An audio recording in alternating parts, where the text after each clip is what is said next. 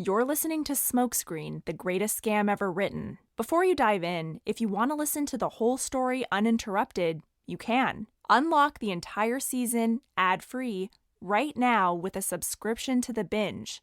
That's all episodes, all at once. Unlock your listening now by clicking subscribe at the top of the Smokescreen show page on Apple Podcasts, or visit getthebinge.com to get access wherever you get your podcasts. The Binge.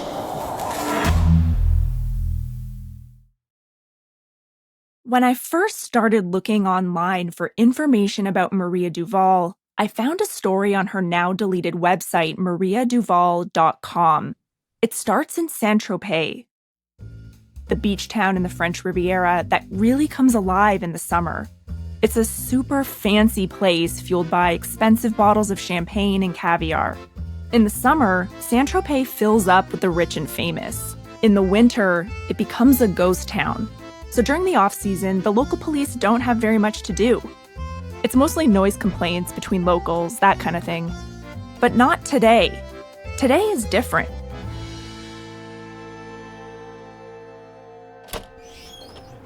It's a crisp winter's day in 1977, and the police station is humming with frantic conversation. A woman who lives nearby has gone missing. She's the wife of a local dentist. She drove off a few days ago, and no one has any idea where she went. The police are running out of options. Helicopters race up and down the coastline and return empty-handed. Leads about where the dentist's wife could have gone have dried up. The police are trying to figure out how to tell him there's not much more they can do. That's when a mysterious woman walks in through the station doors. She's attractive, in her 30s, with intense green eyes and short brown hair. She tells the police she's a clairvoyant. She read about the missing woman in the newspaper and claims she can find her. The police officers are skeptical at first, but they decide to take her up on her offer anyway. What harm could it do? The clairvoyant asks for a photo of the dentist's wife, her birth date, and a map of the area. She sits at a table, places the photo on top of the map, and closes her eyes. She swings the pendulum in wide circles above the map. At first, there's muffled laughter from the police. Maybe this woman is just plain nutty. But slowly, the room goes silent. The pendulum slows down and hovers above the mountains on the map. The police chief goes to the phone and makes a call. An hour later, the phone rings. The search party has just found the dentist's wife in the exact same spot this clairvoyant predicted. She's injured, dehydrated, and mere hours away from death. The police can't believe it. The dentist, shocked and grateful, falls to his knees and asks the woman's name. Maria Duval. Yes, the very same Maria Duval who, decades later, would write thousands of letters to strangers offering her psychic services for cash. I have to admit that when I first read this story, I was a bit taken in by Maria and her powers.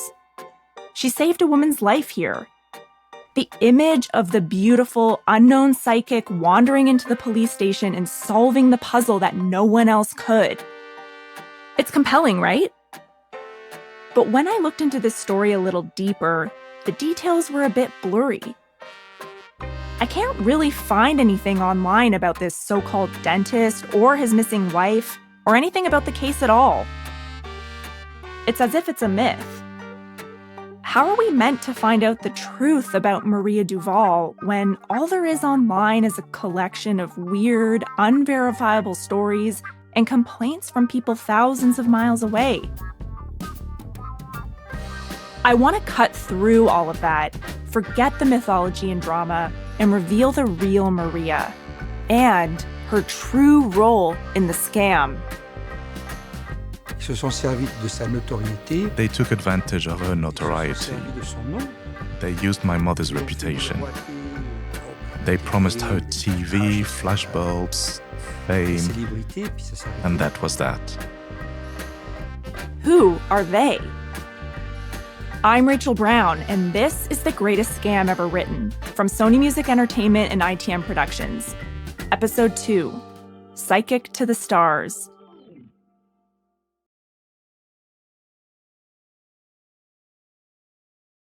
Last time, we heard the story of Doreen Robinson, who struck up a destructive relationship with Maria Duval in her final years of life. Despite years of writing to Maria and sending thousands of dollars in exchange for her psychic guidance, Doreen had never met her in person. Neither had her daughter Chrissy, who refused to stop searching for clues about Maria after her mother's death in 2012.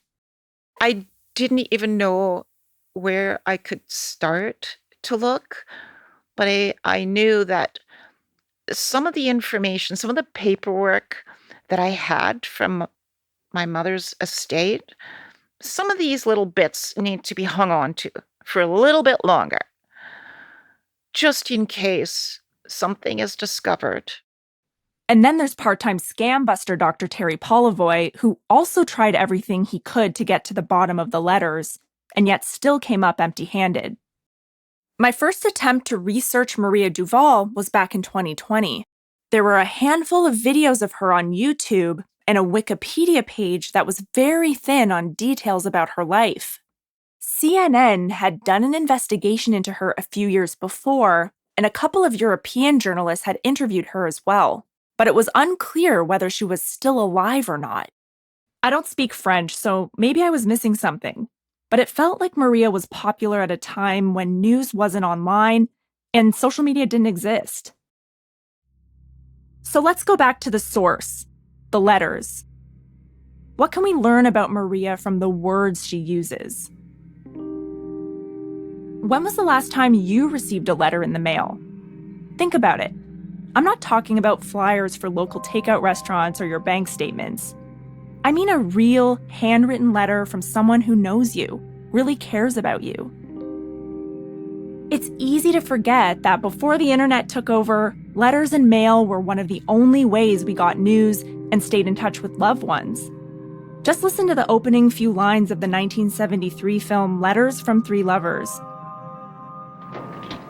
There's probably nothing more important in your life than what you get in your daily mail. Letters about births, deaths, letters filled with happiness and despair. The whole microcosm of life for the price of a postage stamp. Today, this might feel like an old-timey or even luxurious thing. I feel the same way. I might write the occasional thank you card, but I only really write letters to get people to talk to me as part of my job. Whenever I do put pen to paper, I'm reminded that the act itself is surprisingly satisfying. But what I enjoy even more is decoding a letter. The deepening of a scrawl the further down the page you get, the smear of ink betraying a left-hander, a crossed-out word here and there on an otherwise pristine page. Sometimes more than the words themselves, the physical letter can actually reveal a lot about its sender, maybe more than they even realize. All of this is why I think Maria Duval's letters had such extraordinary power for those who received them. They cut through to something primal, nostalgic even, a desire to connect. This connection is there from the moment you pick up the envelope. Like Doreen's initial letter, Maria immediately catches the recipient's attention with a personal and very urgent call to action. Doreen, you have to read this. When you open the letter, you're instantly greeted by the grainy headshot of an attractive blonde woman in the top right-hand corner. She's backlit, giving her an almost celestial appearance, like some sort of goddess. It's Maria Duval, who the letter describes as a world-renowned psychic with over 40 years of, quote, accurate and verifiable predictions. And almost immediately, she tells you why she's written directly to you. If you've got a special bottle of bubbly you've been saving for celebrating great news, then now is the time to open it. And on it goes. Pages and pages of excited, optimistic words promising a better life at a cheap price. The first thing I want to do for you is to do everything I can to have you win the sum of $25,000 immediately. Tell me the exact sum of money you need. She's speaking directly to you, and she somehow knows your deepest desires. And it's not just her words that are so powerful. It's the fact that she's left traces of herself across the pages. Some letters even have a coffee stain ring on the page, showing where she left her cup while writing. Handwritten notes hastily scrawled in the margins like an excited afterthought, as if Maria just couldn't wait to draw your attention to a particularly special paragraph. I could not believe my ears. Go to the next page quickly to find out more. Maria asks for personal details, a lock of hair, anything that might help her connect with her reader. And there's always this sense that the clock is ticking in everything she writes. You must accept these changes as they happen to you, because an opportunity that you ignore is an opportunity that usually never shows up again. Enclosed is a special green envelope to send these personal treasures directly to Maria. In return, she promises personalized psychic services tailor-made to your needs. All you have to do is grasp the hand of friendship we are holding out to you. Your devoted friend, Maria Duval. Your devoted friend. At the end of 12 pages that are full of compelling writing, it's easy to believe that Maria Duval actually knows you, cares about you, and wants you to succeed. Especially if you happen to be going through some dark times when the letter hits your mailbox. These letters might help me understand a bit about how persuasive a writer she is. But Maria's true intentions and the motivation behind her impulse to change lives remains a mystery to me. I want to know who the real Maria Duval is and how she got involved in this whole thing. But the problem is, I'll never be able to ask any of these questions to Maria directly. In the process of trying to get in touch with anyone who knew her, I discovered that she recently passed away. But there is a way I can still get some answers. I need to talk to someone who knew her intimately. And there's really only one person in the world left who can do that, her son, Antoine Palfroy. It took some convincing to get him to speak to me, but eventually, after a lot of wrangling, the word comes through. Antoine is willing to talk. Oui, y a pas d'autre mot, c'est criminel. There is no other word other than C'est criminal. criminel. Criminal.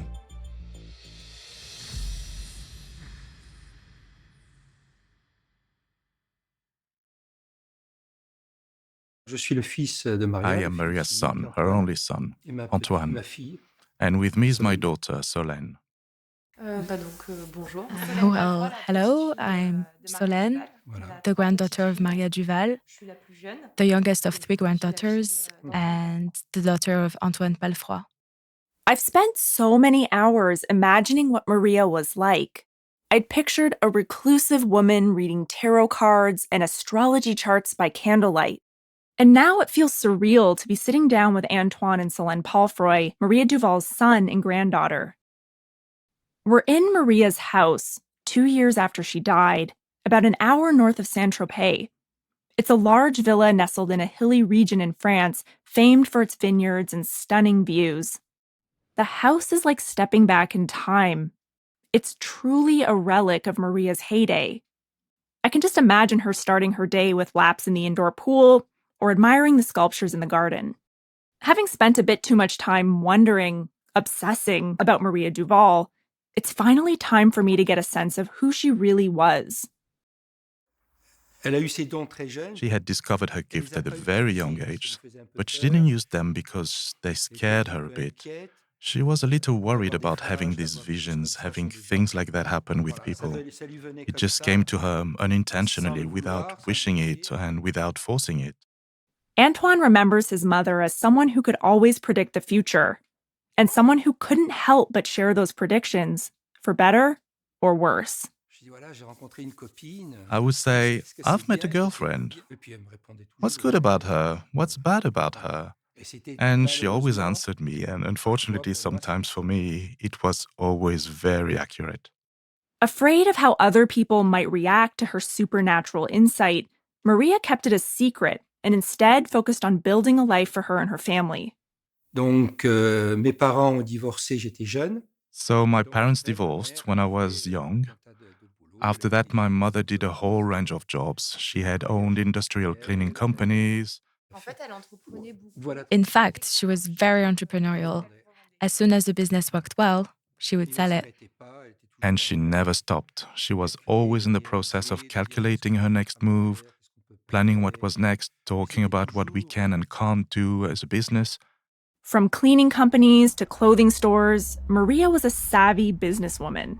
And in her spare time, for fun, she would do readings for family and close friends.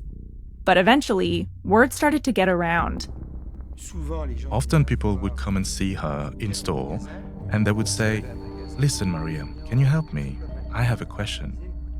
My mother used to say, "Okay, come next door to a small room. I'll do the cards, you can look at the astrology." And so it was like this. Antoine tells me she was a very good clairvoyant, making many accurate predictions, and people began offering her money for the service. She had so many people come to see her that she said to me once, "I have to decide whether I'm going to continue with the clothing business or whether to set up as a clairvoyant." And so with all these people who came to see her, she said, "Well, I'm helping these people, so I'm going to carry on doing that." And help she did. He tells me she was asked to assist the National Police in Saint-Tropez to help find missing people. She then started hosting a radio show that broadcast across the region, offering daily horoscopes, and even featured regularly in local newspapers. As her fame rose steadily, she moved to Paris to set up a practice where she was embraced by the city's elite. She began advising, directing, and answering questions from politicians, artists, men and women alike, as well as businessmen, advising them on their affairs, their love affairs, and their business affairs. But for sure, it was always legal. There was never anything illegal because she was also very afraid of everything that was fiscal, everything to do with treasury, taxes, the police. So it was always important that everything was kept properly organized. Antoine seems keen to point this out to me. He knows why I'm here, and he wants to make his position clear. It seems even he is trying to square up his mother's name with what her legacy has become synonymous with. Antoine and Maria were close. He was never too far from her side. She often took me with her on days out, to aperitifs, to events. There were sculptors, there were artists, and for me afterwards it became something quite natural. Brigitte Bardot being there. Bonjour, madame. Hello, madame. Brigitte Bardot, as in the actress, model, and icon of the 50s and 60s. She's like a French Marilyn Monroe. Donc, elle avait été avec différents artistes. So she'd work with various artists. She'd work with Chirac, Jacques Chirac. We can talk about him now that he's dead. There were other politicians too, who are not yet dead, so we won't talk about them. Antoine's name-dropping Jacques Chirac here, who was president of France for over a decade. Maria's website also claims that she's one of the only psychics to have had an audience with the Pope. It's a pretty impressive client list for sure, and Maria's stories about these famous clients have become an important part of her mythology. For instance, I'd heard Maria tell journalists a story in the past in which she used her powers to locate Brigitte Bardot's missing dog. But Antoine says the missing dog story never actually happened. And Brigitte Bardot has also come out recently and said it's not true. This all speaks to the swirling mass of intriguing and contradictory stories surrounding Maria. What we can say for sure is that by the late 80s, Maria is a successful clairvoyant with some fame in France. For many people, that would be enough. But then, an opportunity comes knocking. She was approached by some businessmen in Switzerland who were looking for a new venture. So things went very well at first, but then they said, "Yes, but you understand, we want to buy your name." And what happened next would change the course of Maria's life and bring us to her door decades later. They took advantage of her notoriety. They used my mother's reputation. They promised her TV, flashbulbs, fame, and that was that.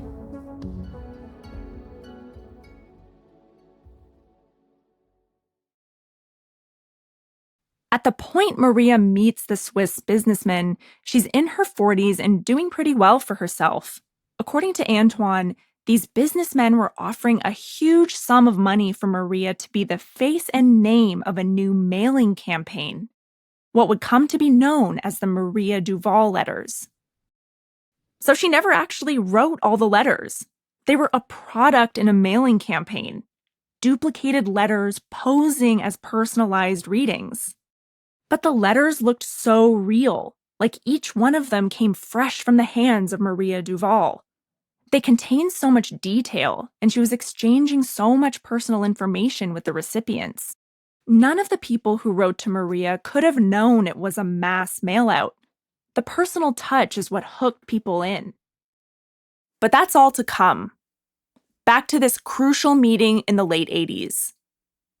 The businessmen want to buy Maria's name, expand her reputation around the world. And in return, they'll give her a percentage of the sales they make on the letters. She'll be rich. They said, "We want to buy your name. We buy a name, we make you dream." I know my mother liked that, being famous, journalists, interviews, TV. She liked it. She really liked it. She liked to shine. And the time was right to expand her business. Appetite for psychic services during the 80s and 90s couldn't have been bigger. Maria would likely have seen the extraordinary success of psychics like Sylvia Browne, one of the most notorious mediums in America. Sylvia had become famous for telling the parents of missing children what happened to their kids on TV programs like The Montel Williams Show and Larry King Live.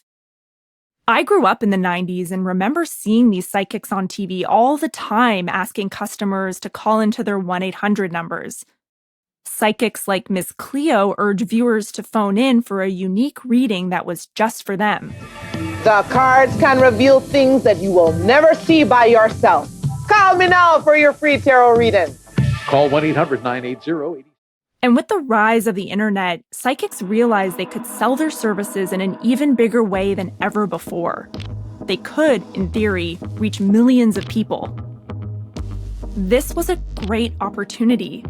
Maria would sell her name and likeness for letters in exchange for money. My mother remained discreet about her work, very discreet about what she did. Antoine claims not to know the ins and outs of the agreement, and it's frustrating that we'll never truly know exactly why she signed it. Maybe she was blinded by the lucrative offer, the promise of more fame and more wealth. Once the deal goes into effect, according to Antoine, the businessmen don't bother Maria with the day-to-day runnings of the enterprise.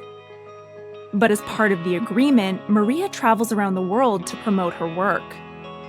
Elle a été en Russie, elle a été au Japon. She went to Russia, Japan, she went to India, she went to South America. So many countries. Although she may have already been famous in France, the letters have given her a new international audience who all want to see her in real life. Because people wanted to see Maria Duval. Who is Maria Duval? Is it a commercial name or is it really a person? Hearing Antoine talk about this, it reminds me of a couple of videos I came across online, all from this same weird YouTube channel. Most of the videos on the account are of interviews with Maria with subtitles in several different languages. But there are also clips of these international conferences and appearances. One is a Russian news report from the early 2000s that claims Maria visited Moscow to make predictions about the country's future. Мария Дюваль, астролог, экстрасенс, ясновидящая. And there are many others like this. Maria Duval. Maria on an Austrian talk show. Die Französin Maria Duval ist Hellseher. Maria being interviewed by a Greek news outlet. Madame Maria Duval, c'est une exception. And all these trips were organized and paid for by these two businessmen. Elle organisait les voyages, les coiffeurs, les hôtels. They organized the trips, the hairdressers, the hotels, Pas son mot à dire. everything. Si la société lui disait In other words, my mother had no say in the matter. Au Japon, If the company told her she had to do a 3-week conference in Japan, voilà, she would do a 3-week conference in Japan. Antoine and Solène believe Maria saw the sale of her name as a positive thing at the start. But as the years went on, she started to have misgivings about the letters. I know that she told me that they were going too far with these letters. They went too far. I know that in the letters they promised the world, which she never promised. The people who came to see her, she never said, "Tomorrow I'm going to cure you of your cancer. I'm going to cure you of your calluses, your hair loss." No. No. No. So she became unhappy with the copy of the letters, but was she still receiving money? She received money from the sale of her name. I think they must have signed a contract for X number of years because at some point they stopped paying her for her name. He claims she was helpless to stop the letters, even if she wanted to. She told me, "There's nothing I can do. The name is sold, it no longer belongs to you. It's business, but they're going too far." Antoine is adamant that Maria wasn't properly informed about what the deal really meant and what the implications are when you lose control over your name. Individually speaking, she no longer had the right to have a consulting practice. She was still seeing friends, she was seeing people she knew well, but these companies had forbidden her to work as a clairvoyant as she had done before. I don't entirely buy Antoine's line here. After all, Maria was a grown woman with a string of businesses under her belt. What does Antoine have to say about the thousands of victims that suffered as a consequence of Maria's deal? If I told you to eat this cake for $1,000, then you won't have any corns on your foot anymore. What do you think this is? In your opinion? It's a scam, of course. But on the other hand, if you're the one who pays $1,000 to eat this cake, telling yourself you won't have any more corn on your feet, you'd have to be just as naive. Do you see what I'm getting at? What Antoine's saying is that this scam was a two-way street. Yes, scammers wanted to take advantage of people, but willing participants chose to believe they'd get luck and fortune in exchange for their money. To me, it sounds like victim blaming. It's true that sending letters like that is not normal. It's not ethical at all. It's taking advantage of people's weakness. But then you can't defend people against themselves. Earlier, Antoine painted his mom as never participating in illegal schemes and always on the up and up. But now he's saying the Maria Duval letters were unethical. But whether it was illegal was something it would take me a lot longer to unravel. Antoine, for his part, is empathetic to the victims of the scam, even as he defends his mother. I understand that there are people in the United States who have been cheated, who have been robbed. There's no other word for it. They've been robbed. They're either unhappy or angry, and that I understand. But I don't think my mother can fully assume that guilt. I do accept that there's a kernel of truth in what Antoine is saying. And the irony here is striking. Because the promises made to Maria weren't so different from those made in her name to the victims of the scam. The promises of money, fame, and success that each and every one of us is vulnerable to. So from this perspective, the woman fronting the scam was, in some ways, a victim herself. Maria's involvement with this business spanned over 30 years. Going into this interview, I assumed that Maria had been making a lot of money from it, regardless of her doubts about how they were using her name. But Antoine tells a very different story. Par rapport aux montagnes d'argent qu'ils avaient, compared to the mountain of money they had, my mother got nothing. Nothing at all. I don't even know if she knew how much money was at stake. My mother was still alive when they stopped paying. I don't remember if it was 2014 or 2016 when they stopped paying her. But it was hardly anything. It was nothing. And then the irony deepens.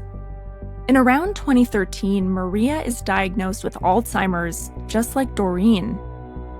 When she becomes unable to live alone and pay her bills, Antoine and his family are left to pick up the pieces of her life and care for her.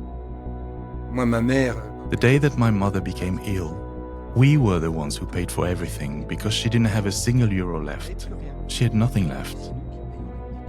We paid for the food, the gas, the electricity, everything.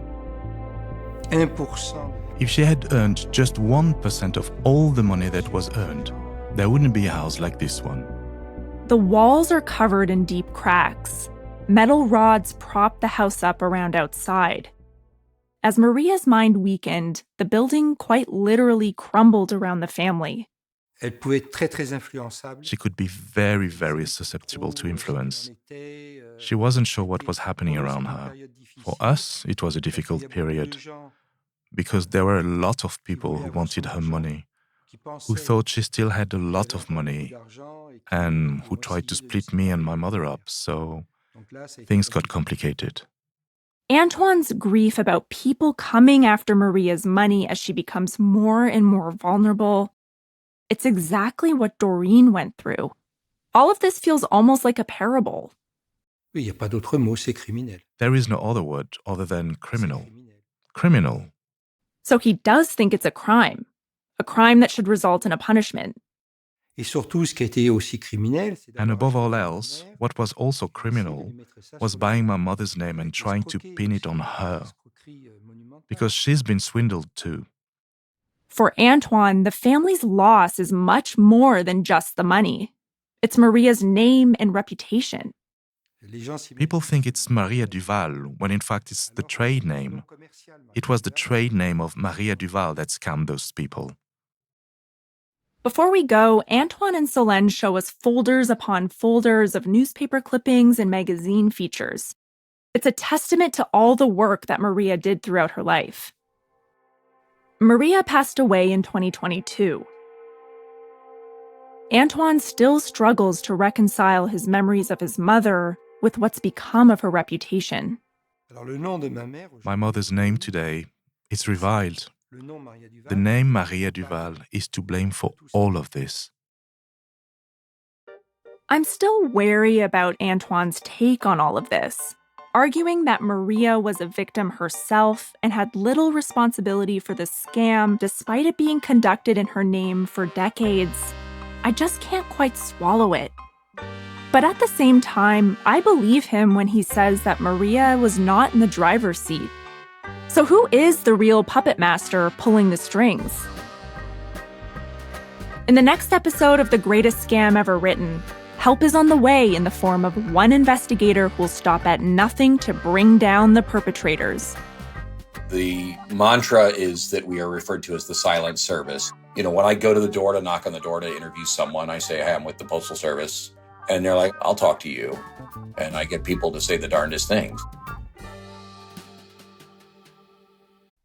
Unlock all episodes of Smokescreen, The Greatest Scam Ever Written, ad-free right now by subscribing to the Binge podcast channel. Not only will you immediately unlock all episodes of this show, but you'll get binge access to an entire network of other great true crime and investigative podcasts, all ad-free. Plus, on the first of every month, subscribers get a binge drop of a brand new series. That's all episodes, all at once. Just click subscribe at the top of the Smokescreen show page on Apple Podcasts, or visit getthebinge.com to get access wherever you get your podcasts.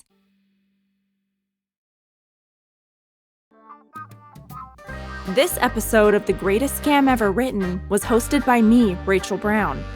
Our sound designers are Luca Evans and Sam Cassetta. Our mixer is Jay Rothman. Our assistant producers are Luca Evans and Leo Schick. Our producer is Millie Chu. Our story editor is Dave Anderson. Voices by Jean-Luc Fontaine, Julie Pabillon, and Nevada Red. For ITN Productions, our production manager is Emily Jarvis. Our executive producer is Rubina Pabani. For Sony Music Entertainment, our executive producer is Catherine St. Louis.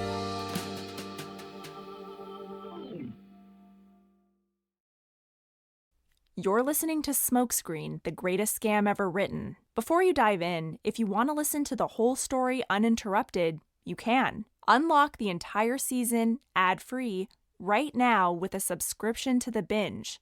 That's all episodes, all at once. Unlock your listening now by clicking subscribe at the top of the Smokescreen show page on Apple Podcasts, or visit getthebinge.com to get access wherever you get your podcasts.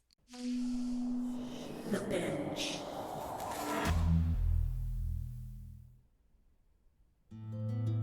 Jumping into a dumpster is not my idea of fun, and I was really not happy about this.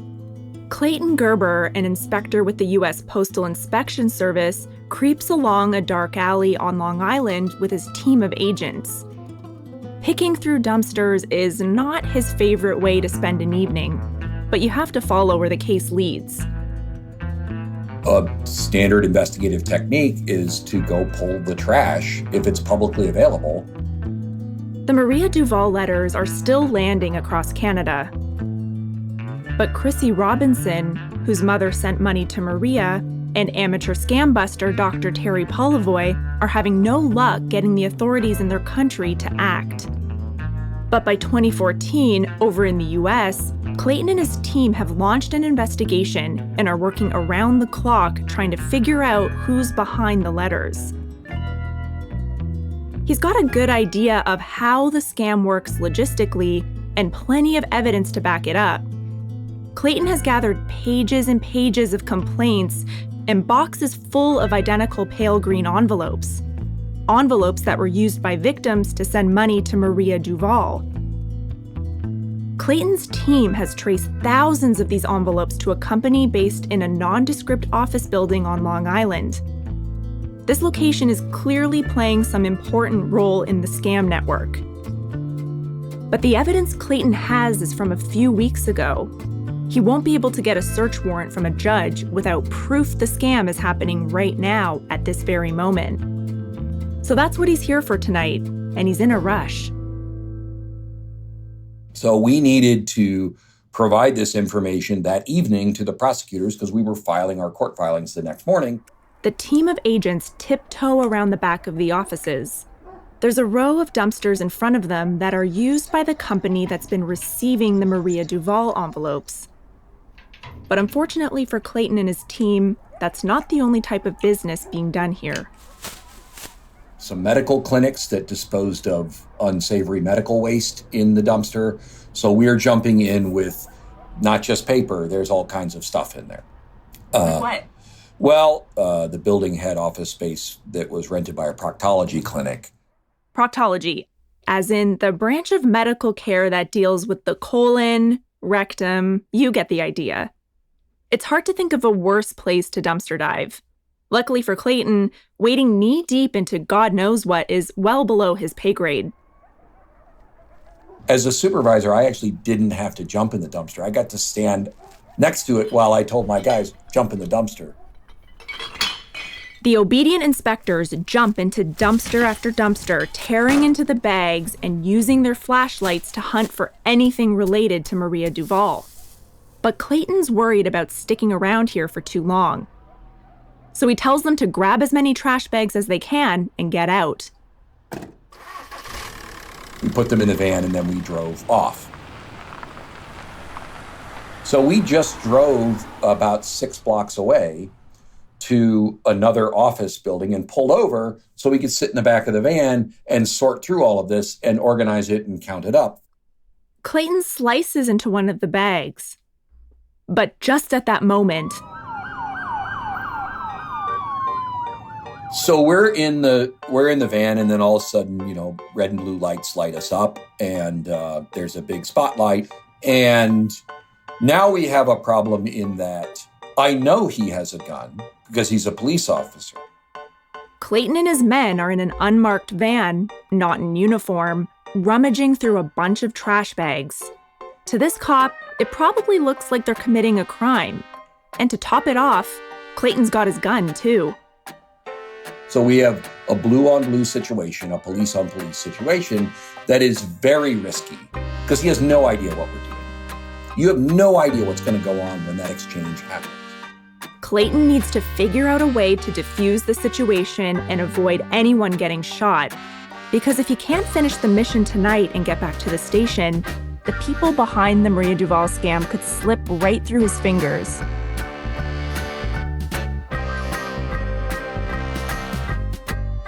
I'm Rachel Brown, and this is The Greatest Scam Ever Written from Sony Music Entertainment and ITN Productions. Episode 3, One Man's Trash.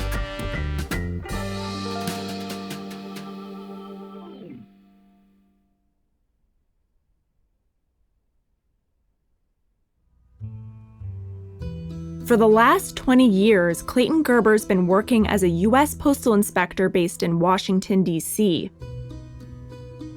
The mantra is that we are referred to as the silent service. Nobody knows who we are. If you read a news article and it says federal agents, it is very often postal inspectors. If it's the FBI, it clearly says the FBI. And some of the times when it says it's the FBI, it's actually us. He's blunt and no nonsense with a wry sense of humor. And when he talks about his work, you can sense his passion instantly. I have told my bosses repeatedly that I cannot believe they pay me to do this job. I really enjoy it. I was on the stand for my first jury trial for about 8 hours, and I came back after the verdict, and I went into my boss's office, and I said, "You can have my pay for those 8 hours." That was so much fun. When I go to the door to knock on the door to interview someone, I say, "Hey, I'm with the Postal Service." And they're like, "Oh, I like my mail. I'll talk to you." And I get people to say the darndest things. You may have never heard of the U.S. Postal Inspection Service. I certainly hadn't before looking into this story. But it turns out it's a crucial arm of law enforcement. They investigate a wide variety of criminal activity across the country. Think about things that are in the mail that are illegal. So bombs, drugs, white powders like anthrax or ricin, and it's letter carrier robberies, and it's very complex online crime, but all of it touches the mail. Everybody still gets stuff in the mail, so we still have a huge role to play. In fact, the U.S. Postal Inspection Service has been crucial in some of the biggest cases of the last century. We have lots of famous investigations in our agency that people typically know about. The Unabomber, Ted Kaczynski, it was postal inspectors that arrested him at his compound or ranch in wherever, Montana or North Dakota, wherever he was hiding out. Jim and Tammy Faye Baker and their mega church, those were all postal inspectors. A postal inspector was one of the last people to interview Lee Harvey Oswald. Clayton becomes aware of the Maria Duval scam when his colleague stumbles upon hundreds of angry demands online for refunds involving this particular psychic. The sheer scale of the operation is what catches Clayton's eye. He can see right away that there's got to be more to this case than just one woman in France. All you had to do was look up Maria Duval's name on Google, and you saw dozens and dozens and dozens of complaints about, some online psychic or some mail order psychic, and people, loving her or hating her. And we're like, this cannot be the case, right? This can't be accurate that there is some mail order psychic that is sending out, thousands of mailings. Clayton then types Maria's name into their internal search system where historic cases are archived. He discovers that this was actually not the first time the force had come across the Maria Duval scam. We postal inspectors had done an administrative action against the Maria Duval scheme in 2004. Turns out, a whole decade before Clayton's team had even started digging into it, the Postal Inspection Agency got a court order to shut down a company that was sending out the Maria Duval letters. And it took several years to negotiate, which is a little unusual. The operators had hired high-paid lawyers in New York to fight us, which is also a little unusual. And we ultimately negotiated a consent where they agreed they'd go out of business. No one was arrested at the time in that previous case, but you'd still think it would help Clayton's current investigation.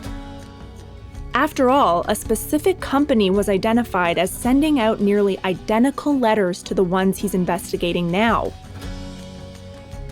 Surely Clayton has his culprits. That was just a DBA, a pseudonym, a fake name. A DBA as in doing business as.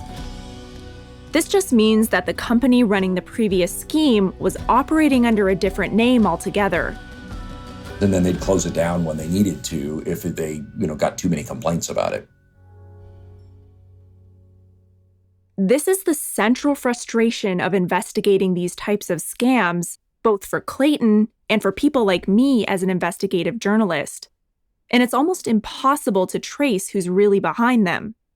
Just when you think you found the address of the real criminals, it turns out to be an abandoned warehouse or a P.O. box somewhere.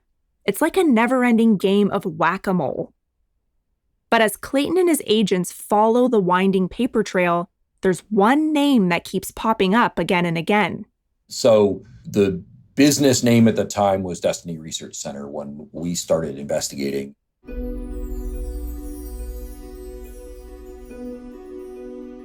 The company Clayton's team identified appears to be registered in Hong Kong.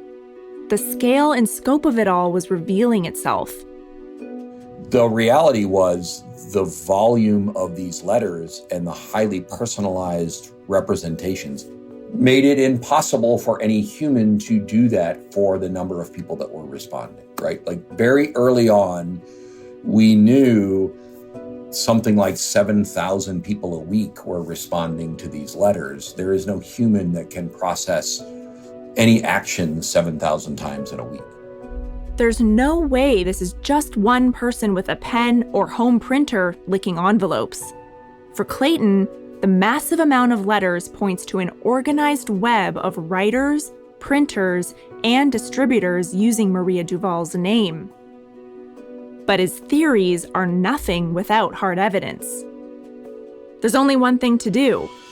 It's time to get his hands dirty.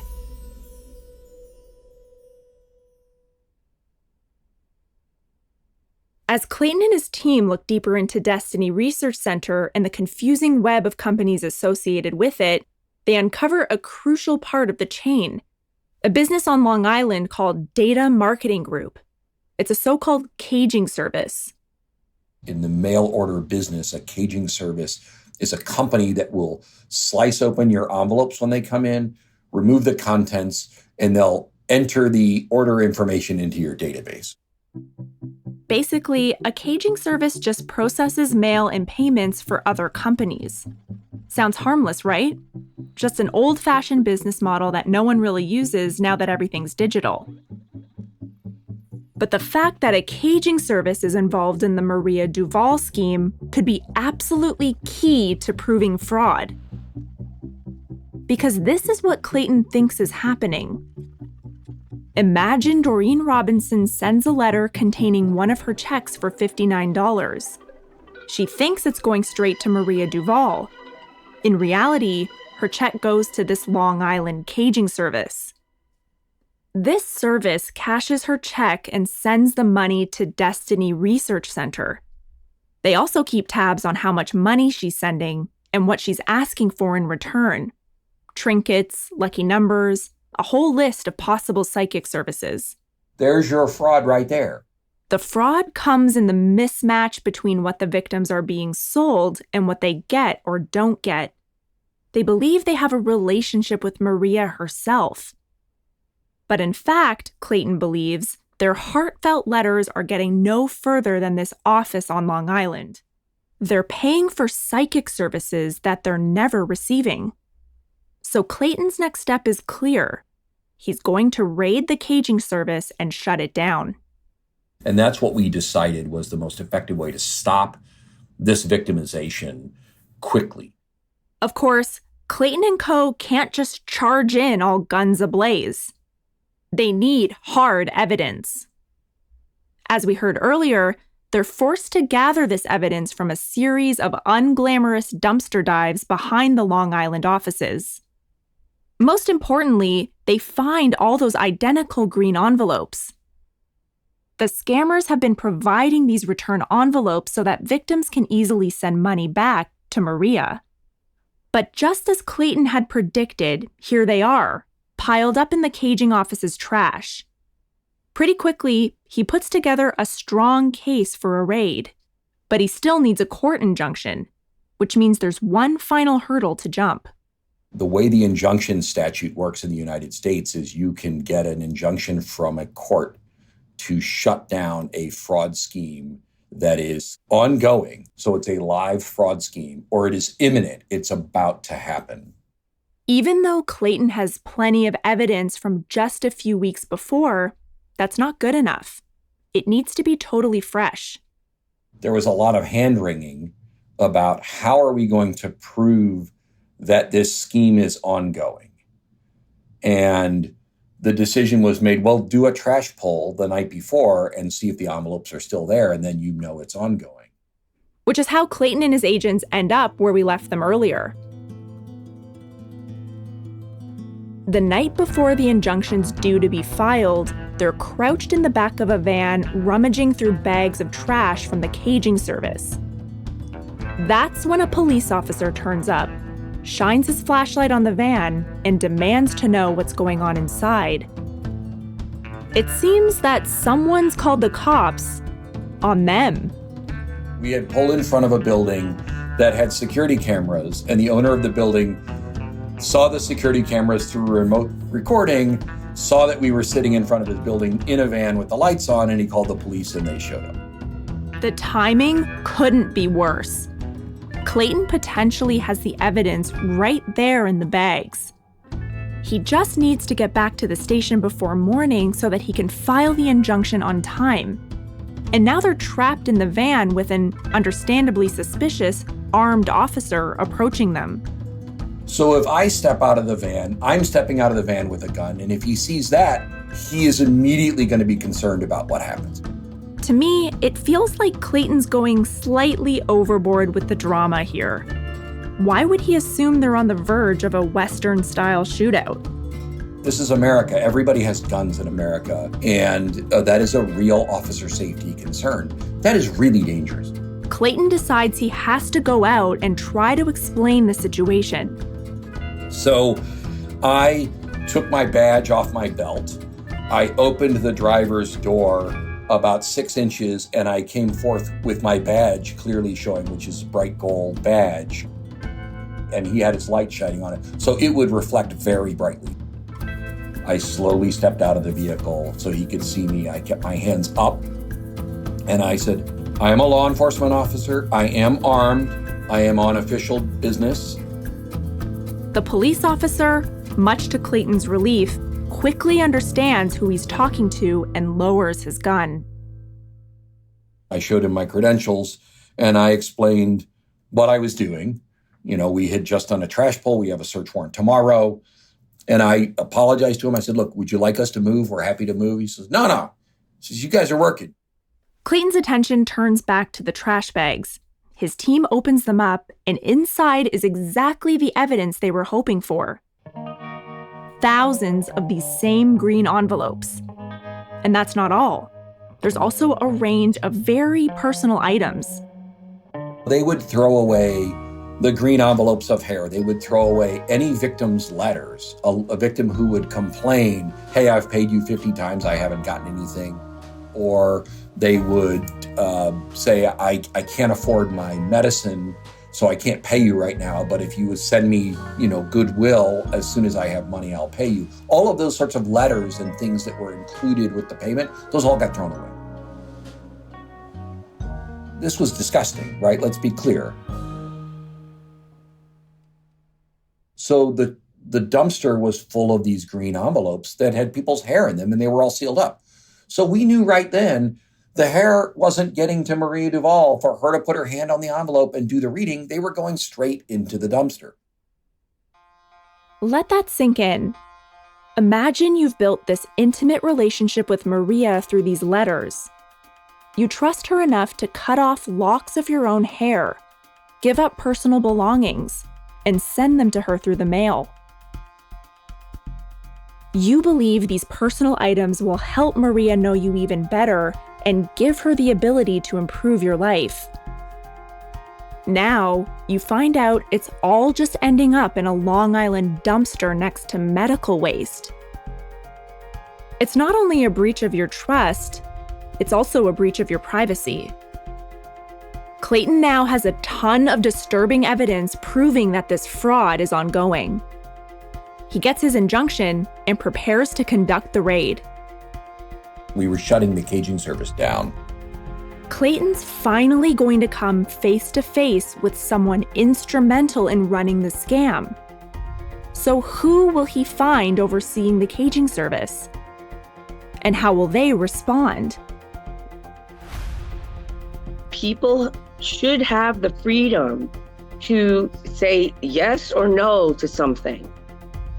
And they were happy. Like, those 80,000 clients were very, very happy.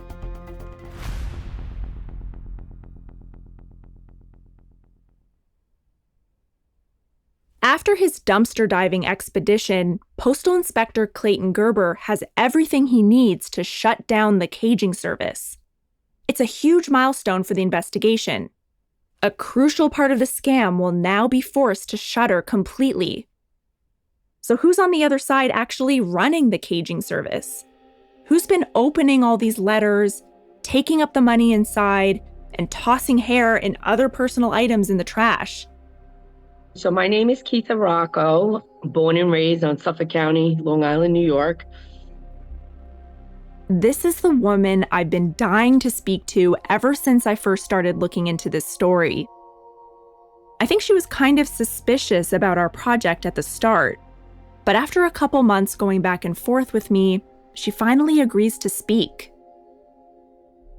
I guess she thinks it might be a good chance for her to clear her name, but I want to figure out exactly what she did, why she did it, and how much she really knows about the wider operation. When I jump on the Zoom call with Keitha, I can't help but warm up to her. You know, I like to consider myself a successful businesswoman as well as a mom, and it's all business, even raising kids. She's a whirlwind of energy with a messy ponytail and a frayed Yankee sweatshirt. She's easygoing, even turning up to one of our earlier video calls in a plush robe. I'm also struck by the fact that she's a spiritual person herself.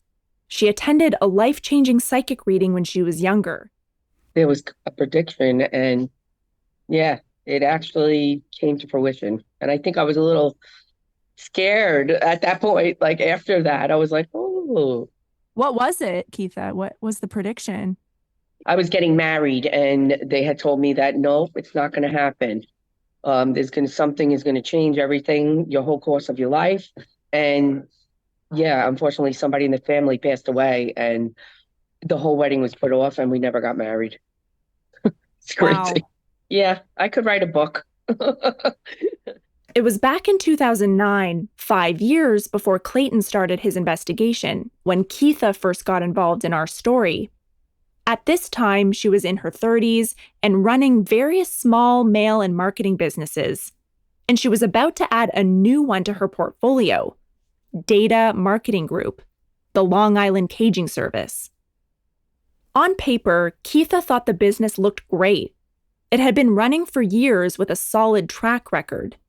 It was being sold by the original owner's widow who was ready to retire. To Keitha, it all seemed legit. I retained an attorney, a business attorney, and an accountant, and had them review everything. And it, seemed absolutely 1000% a business. And it certainly was. It had been running for like 23 years. So Keitha bought the Long Island caging service for roughly $250,000. But of course, we know who was using the caging service. Its biggest client was Destiny Research Center, the company accepting payments from the Maria Duval letters. So when buying the caging service, Keitha had essentially taken on the logistics for a major element of the scam. So what did Keitha actually know about her new client, Destiny Research Center? Tell me about the client that you were working for. Destiny Research, right? So we really, again, like when I came in, once I had bought the business, all that was just flowing like a well-oiled machine. So the office manager and the assistant office manager, they had relationships with the client. Like they would, do their day-to-day operations. There was 6 other employees, that did, a lot of the processing, and they were older women, and they were just so, so lovely, and it was something for them to do. She's saying she wasn't involved in the day-to-day running of the company. She left all that in the capable hands of the employees who'd been there for years. But alarm bells started ringing for me when Keitha claims she wasn't aware of what exactly Destiny Research Center was selling when she first purchased the caging service. I was simply a third party for other marketing companies, and we were doing third-party processing for them. Simple as that. But you understood that the nature of the campaigns were related to psychics and astrology and that kind of crystals and that kind of thing. There was a little bit of a touch on that. Obviously we were looking at numbers and percentages of profit and what made sense. I'm sure there's some truth in what Keitha is saying here. She was focused on the big picture, making money, and didn't pay too much attention to the details. But if you spent $250,000 on a company, wouldn't you want to know a bit more about its most important client and whether or not everything was 100% legal? And Keitha does mention a few details about Destiny Research Center that I would maybe consider to be red flags. I knew that they had a disclaimer on the letters that said, this is for entertainment purposes only. Keitha found out that this disclaimer stating that the letters were for entertainment purposes only had been added after some, quote, legal issues in the past. But again, she wasn't fazed. As far as she was concerned, these issues had been taken care of. And that's why, there was a disclaimer. I didn't delve that deeply into it. Was this a case of willful blindness? Or did she genuinely not consider the disclaimers to be a big deal? I don't know, but for whatever reason, Keitha ignores the warning signs that Destiny Research Center might be shady. And for a long time, everything seemed to be ticking along just fine. A steady stream of letters arrived week in, week out, for 7 years. Until one morning in May 2014, when Keitha gets a phone call. My office manager called me at about 11 o'clock, maybe a little early. I was on my way into the office and told me that the DOJ had been there since 8:30 that morning. They came in, bulletproof vests, guns, DOJ, Postal Investigation Service. That was really who it was, who was prosecuting, I guess is a good word. The DOJ, as in the Department of Justice. It's Clayton and a team of federal agents. And I said, what? Obviously I'm in shock, complete and utter shock. What do you mean the DOJ? She's like, yeah, they've had us all away from our desks. They're asking questions. They had one of the employees in one office, one in another. Were your employees scared? Yeah, that was devastating. My office manager was 72 years old. Like I said, I had a couple of other elderly women there. Some were almost 80. Keitha immediately phones her lawyer, who tells her not to go to the office. So she sits at home, anxiously waiting for the DOJ to turn up at her door any minute. What had started as an easy money-making venture has quickly turned into a nightmare. Keitha's facing the possibility of both criminal and civil charges for her involvement in a fraud. You know, I'd never been faced with anything like that before. I didn't even understand it, or what do you mean? You know, like criminal, what? Am I going to jail? Like what? They had seized all the money out of my bank account. It was like $60,000 and then, you know, another $60,000 in lawyer fees. It was crazy. Keitha can't understand how she's done anything wrong. Even after her lawyer explains to her what Clayton and the DOJ are alleging about the letters. It was not a scam. These people were being provided with their fulfillment of their orders. They continued to be repeat customers that really appreciated and enjoyed the product and services. And the ones that didn't enjoy it or felt it was a scam or whatever their take was, they were provided a refund. So I am clearly happy to say that I believed in that business. I was proud to be the owner of that company. But what did she make of the fact that the mailing scheme her company was part of was targeting vulnerable, elderly people? People should have the freedom to say yes or no to something, no matter what their age. And they were happy. Like those 80,000 clients were very, very happy with the little strings of hope. They were giving people something that they truly wanted, and they were happy to pay the $10 or the $40. How do you take that away from them? It's like anything else to me. It's like a prayer book. You know, older people, they love rosaries and they hold on to that stuff and they really truly believe it, and it gives them hope and faith, and they pray, and it's, you know, all that is right in the same category as far as I'm concerned. Something bigger than yourself. Keitha's argument does give me pause for thought. It's hard to draw a sharp line between the Maria letters and other faith items that people buy all the time. Things like Catholic rosary beads or healing crystals.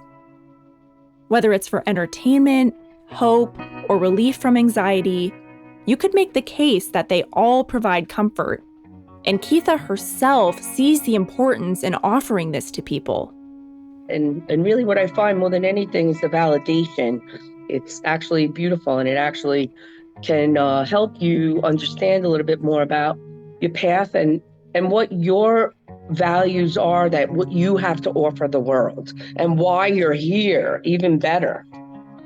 You know, you're here for a reason. But her own belief doesn't change the fact that people suffered because of the letters. Keitha has her own take on that. I don't think the customers were victims. Maybe somewhere, I have a very strong feeling about that. Again, you know what I've said. I just felt that they had the freedom to do what they wanted and spend their money the way they wanted. I don't see the customers as victims. I'm an American, and I believe you have freedom, and you should be able to buy what you want to buy. If you don't want it, throw it in the garbage. In this moment, I think again about Doreen Robinson cobbling together pennies to send to Maria Duval, even when she could barely remember her own children's names. And the whole time, her heartfelt letters were just ending up in the dumpster outside Keitha's office building. Whatever Keitha personally believed or didn't believe, she was part of that system.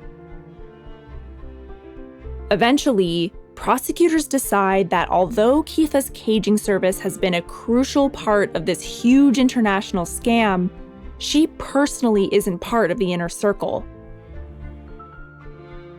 She doesn't know enough about Destiny Research Center or anyone high up in the network to make it worth pursuing a conviction. And this is possibly by design. The less the middlemen like Keitha know, the more people at the top are protected from scrutiny. Keitha isn't charged with any crime, but signs a civil agreement promising not to work in the mail order or direct marketing industry for a year. At the end of our interview, I asked Keitha about what her life has been like in the aftermath of all of this. And she leaves me with one final head scratcher. I've been in therapy ever since. Talk about, I'm not joking, when I literally say I listen to an astrologer every week. I find the affirmations that continue to validate me and keep me moving forward. I guess I shouldn't be surprised.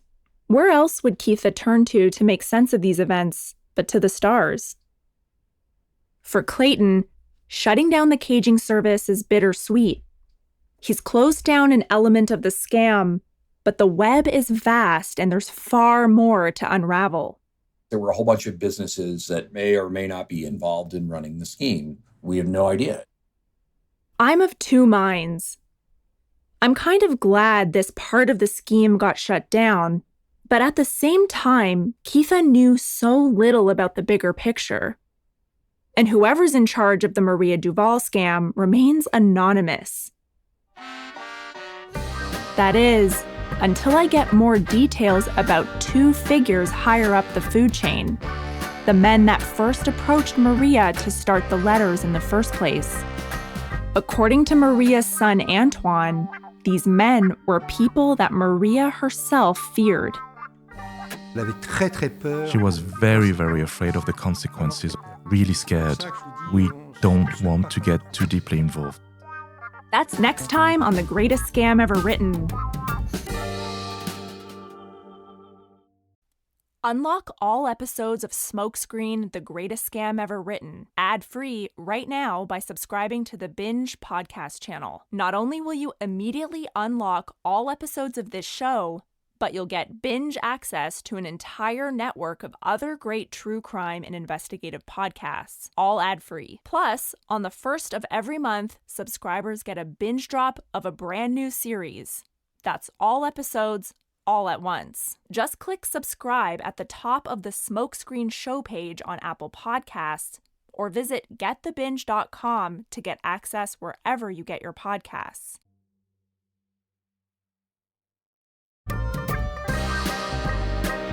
This episode of The Greatest Scam Ever Written was hosted by me, Rachel Brown. Our sound designers are Luca Evans and Sam Cassetta. Our mixer is Jay Rothman. Our assistant producers are Luca Evans and Leo Schick. Our producer is Millie Chu. Our story editor is Dave Anderson. Voice by Jean-Luc Fontaine. For ITN Productions, our production manager is Emily Jarvis. Our executive producer is Rubina Pabani. For Sony Music Entertainment, our executive producer is Catherine St. Louis.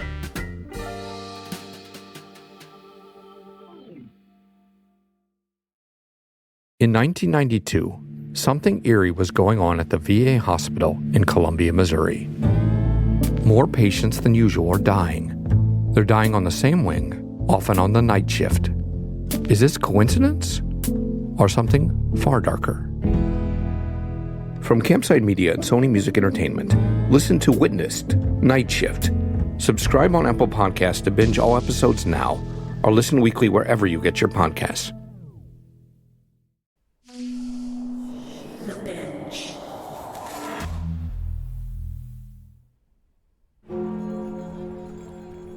It's the day after Christmas, or Boxing Day, as it's known in England. The year is 1998, and we're in Sunderland, a gray industrial city in the north of the country. The accents are strong, and the weather is brutal. Local police officer Kim Maynard has drawn the short straw, manning the phones over the holidays. He pulls his coat a little tighter around him, watches the cloud of his breath waft into the air. They never turn the heating on in this damn station. Officer Maynard is startled as the phone suddenly rings. He picks it up, hoping it's not news of another drunk driver who needs to be escorted home. But the voice on the end of the line is strained, high with panic. There's a teenager struggling in the River Weir, the river that cuts through this port city. The caller doesn't know how long she's been in there. But in this freezing weather, the river is deadly. Officer Maynard slams down the phone and charges out through the station doors. Arriving at the riverbank, he squints desperately into the darkness of the winter evening. He sees nothing. Perhaps the girl has made it to safety. But then he hears it, a blood-curdling scream coming from the middle of the river. Officer Maynard has no other choice but to jump in, the icy water winding him of his breath. He pushes on, and now he can make out a shape. The girl is floating in the water, face down. He finally reaches her, cursing the currents for slowing him down, and pulls her back to shore on dry land. He checks for a pulse. Nothing. It's too late. Waiting for the ambulance, Officer Maynard checks the girl's pockets, searching for anything that might identify her or explain how she ended up here. But all he finds is a crumpled up letter, now soaked through. He carefully unpeels it. At the bottom of the handwritten page, a blurred name. Maria Duval. Maynard has no way of knowing, but the girl he just pulled from the River Weir is another victim of the scam. And on this occasion, no one can claim the letters were only harmless fun or much-needed comfort. For 17-year-old Claire Ellis, their effect was fatal. A subsequent investigation would later find that Claire had been writing back and forth with Maria for weeks, believing the psychic had magical powers. Claire had become obsessed, and when her desires weren't being fulfilled as promised, the despair became overwhelming.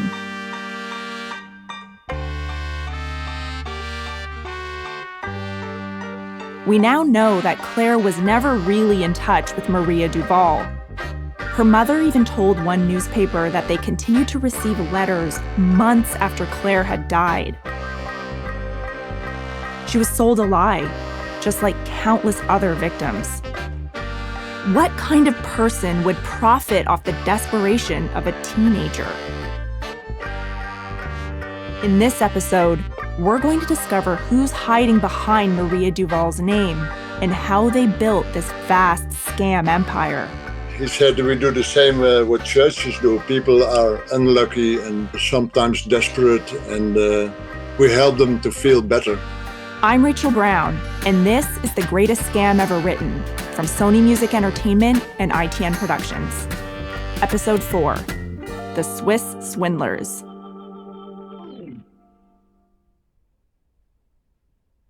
The story of Claire Ellis sticks with me when I close my laptop at the end of the day. It's so striking in many ways. Up until this point, so many of the victims I'd read about were elderly people, like Doreen Robinson. Claire Ellis was only a teenager when she was found floating in a river. Claire's family declined to take part in this podcast, but her mom, Linda Ellis, told a local newspaper that she believed Maria was the source of her daughter's anguish. Linda noticed a change in Claire's behavior once the letters started arriving and claimed she spent a fortune buying Lucky Charms and pendants from Maria Duval. The letters sparked something within her. Her mom told the paper, quote, "Claire used to be a happy girl, but she went downhill after getting involved with all this." We can never know if the letters led directly to Claire's death, but But this story serves as a stark reminder of the power of the writing. It was clear that Maria's promises could be alluring for anyone, at any stage of life. To understand how a Maria Duval letter may have ended up in Claire's pocket, I feel it's important to go back to the very beginning of the scam. I got some of the story from Maria's own son, Antoine. He told me about those two Swiss businessmen who made a deal with Maria. She was approached by some businessmen in Switzerland who were looking for a new venture. So things went very well at first, but then they said, "Yes, but you understand, we want to buy your name." In Antoine's telling, they not only exploited Maria's reputation, but they also threatened her. She felt she was in danger. She had two big dogs, Rottweilers. She used to say, "You'll understand if ever anyone was to come. They can defend me." And I said, "But who's going to come here?" "Oh well, you never know." These men exist in the shadows, shape-shifting through different company names and countries, moving on every time someone gets too close to them. When you're investigating people like this, it usually takes work from several journalists to piece the whole thing together. This scam ran pretty much undisturbed for more than 20 years. I'm going to need the support of the reporting that came before me to give you the entire story. Let me walk you through the breakthroughs these journalists made and show you how their work laid the groundwork for mine. Here's the top line. The two men who created the original Maria Duval letters are named Jacques Maillan and Jean-Claude Roy. I'm working on my French. Each of these men bring their own skills to the table. Jacques is a copywriting genius, and Jean-Claude is a successful mail-order businessman. They met in the 1980s and set up a company called Infogest. You can think of this as the kind of mother company that sits above all those confusing shell companies we dug into last time. Let's zoom in on Jacques. The first person to connect him to the scam was Willem Bosma, a journalist writing for the oldest daily newspaper in the Netherlands. I've worked from 1984 until 2020 at the Leeuwarder Courant. That's a regional newspaper in the bilingual part of the Netherlands, Friesland. It's in Frisian and in Dutch. Willem was investigating the Dutch arm of the network back in 2007, and he got a hold of someone who was distributing the letters locally. I've asked him, you work on behalf of Maria Duval, where can I reach her? And at one moment he said, you should try Jacques Maillan. Willem had already seen Jacques' name on some paperwork, but hadn't realized just how crucial he was to the whole scheme. Willem manages to extract Jacques' phone number from this Dutch accomplice. Before calling him, though, Willem wants to be armed with all the information he can find. That's when he comes across Jacques' interesting side hustle.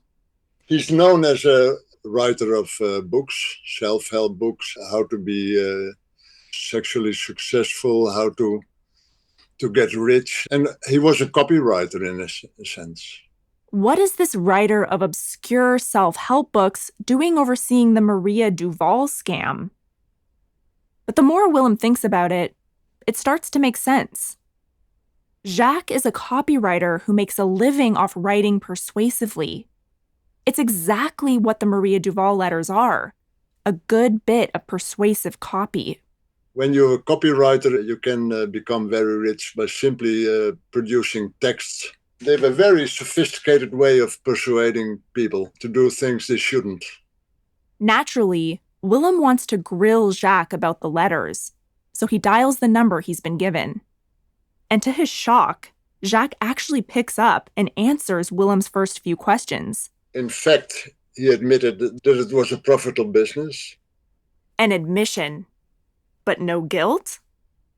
Willem tries to tease out more information about how the scam actually operates. Jacques begins to clam up. He was not very keen to go into detail about the business. No. Then Willem challenges him about the morality of the letters. Is this all even ethical? He said literally, some people think it's criminal what we do, but on the contrary, we help people feeling better. He said we do the same what churches do. People are unlucky and sometimes desperate, and we help them to feel better. Jacques says he's providing a service no different to faith organizations. The letters help desperate people feel better. Willem probes Jacques further, trying to get him to understand the harm his letters have caused. But the call is over. So he was definitely affirmative about having a role in this scam, without calling it a scam himself, of course. Even so, Jacques' confession feels like a pivotal moment. Here's someone integral to the scam saying, yes, I ran it, and it was profitable. In a sea of people pointing the finger elsewhere, this feels almost refreshing. After speaking to Jacques, Willem walks away from the investigation. He could tell that this would be a huge story to unfurl, and frankly, he didn't have the time or the resources. But almost 10 years later, in 2016, he gets a call. It's the middle of the night in the Netherlands when the phone rings. The voice on the other end of the line has big news. Jacques has had a motorcycle accident. He's dead. In 1992, something eerie was going on at the VA hospital in Columbia, Missouri. More patients than usual are dying. They're dying on the same wing, often on the night shift. Is this coincidence? Or something far darker? From Campside Media and Sony Music Entertainment, listen to Witnessed, Night Shift. Subscribe on Apple Podcasts to binge all episodes now, or listen weekly wherever you get your podcasts.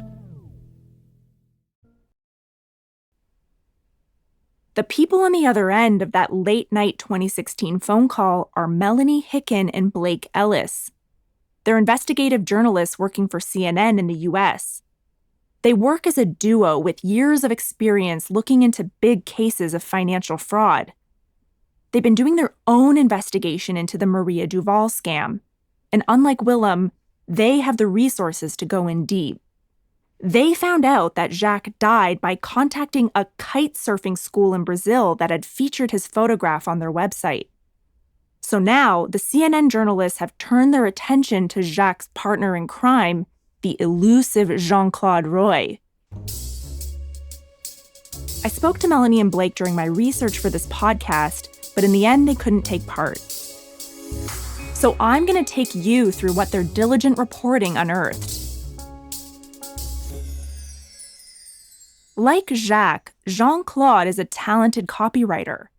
He started his career writing and selling books with titles like Destination Success and Le Message Érotique. And it wasn't just these literary masterpieces. He became a mail-order entrepreneur, selling all sorts of knickknacks via the mail, like shoe insoles that could help you lose weight, and a device that instantly ages wine. He was also a follower of a New Age religion, Ryalism. If you haven't heard of it before, you're in for a treat. Ryalism is an obscure UFO-based religion, or a cult as some people call it, that started in France in the early 1970s. It hinges on the belief that aliens created humankind. Ryalism followers believe in a prophet called Rael, who's a failed pop star turned spiritual messiah. Oh, and they're really involved in the human cloning community. In 2003, they claimed they had successfully cloned a person, but they refused to show the clone, a baby they called Eve, to anyone. Tina Fey and Amy Poehler even immortalized this moment on SNL. Now, your group claims to have the first successfully cloned baby. That's right, Tina. And she's just adorable. Her name is Eve. So where is the baby right now? Her new home, the planet Earth. Anyway, once the CNN journalists establish all the bizarre details around Jean-Claude, a whistleblower contacts them through LinkedIn. This person, whose identity they protect, tells them that Jacques and Jean-Claude cooked up the whole operation as far back as the early 1990s. Having been impressed by Maria's ability to locate missing people, they saw an opportunity for their independent mailing activities to expand into psychic services. It's the perfect scammy meet-cute. Jacques and Jean-Claude quickly decide to set up a new mail order business together, Infogest. According to the CNN journalist's research, Jean-Claude's involvement in the scheme is less clear-cut than Jacques. Where Jacques would sometimes speak publicly and even went with Maria to various press events, Jean-Claude kept a much lower profile, running the distribution of the letters, but ensuring his name was left off of all the company documents. Nevertheless, the journalists managed to track him down. They find out he's been living in Thailand for the last few years. The CNN journalists put their questions to Jean-Claude over email, and they say he told them that, yes, Infogest was indeed his company. However, he claims that he sold the business in the mid-90s. He continued receiving payments from the sale until he retired in 2006. But after that, he told CNN, he's had no involvement in the business. When the journalists ask Jean-Claude if he ever met Maria or Jacques in person, he claims to have shared only a handful of meals with them, quote, a long time ago. I find it hard to believe that Jean-Claude had such limited interactions with his business partner of several years and the woman who fronted their best-selling product. And if he really thinks they did nothing wrong, why is he so quick to distance himself? In the end, the CNN journalists don't manage to link Jean-Claude's name to the recent operation of the Maria Duval scam in North America. Their work revealed how the scam was born and how it functioned early on, but not how it's been running in recent years. They wrapped up their reporting in 2019. But now, when I come to the story, I discover some new evidence. As I study the hundreds of financial and legal documents related to the scam, I find something that brings Jean-Claude's previous claims into question. Okay, are you recording your end? I'm recording on both my microphone as well as on my voice note. Okay. I call my producer Millie to tell her about this new evidence. This is the first time I'm seeing like a diagram that basically shows us how the scam operated financially. Okay, let me get it up on my laptop right now. It looks like they're naming Jean-Claude specifically. So he was getting all the revenue and then paying out funds. Right. So this essentially proves that Jean-Claude was profiting off the letters as late as 2012, way after he says he left the operation or had nothing to do with it at all. So this is pretty incredible. When Jean-Claude spoke to CNN, he claimed he had left the business in 2006. But this paper trail shows he benefited financially from the letters as recently as 2012. He has to know more than he's letting on about who's running the scam now. So I start my search for Jean-Claude by using one of the most powerful tools a journalist has in their kit, Facebook. And after everything I know about Jean-Claude and his careful attempts to stay anonymous, his profile is a bit surprising. I don't understand why he'd have all these social media accounts if he's actively trying to avoid being like connected to the scam. He has a really open and detailed Facebook profile. Granted, it hasn't been updated as far as I can tell since July 2020. He has a Twitter handle, a Pinterest, a LinkedIn, and an Instagram handle, as well as a website.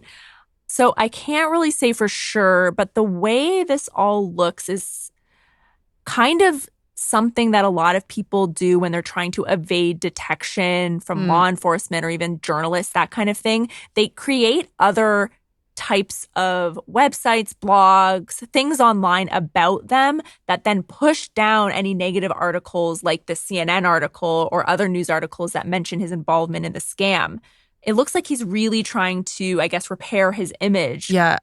I can't really say for sure, but everything here seems super calculated, like he's really trying to hide something.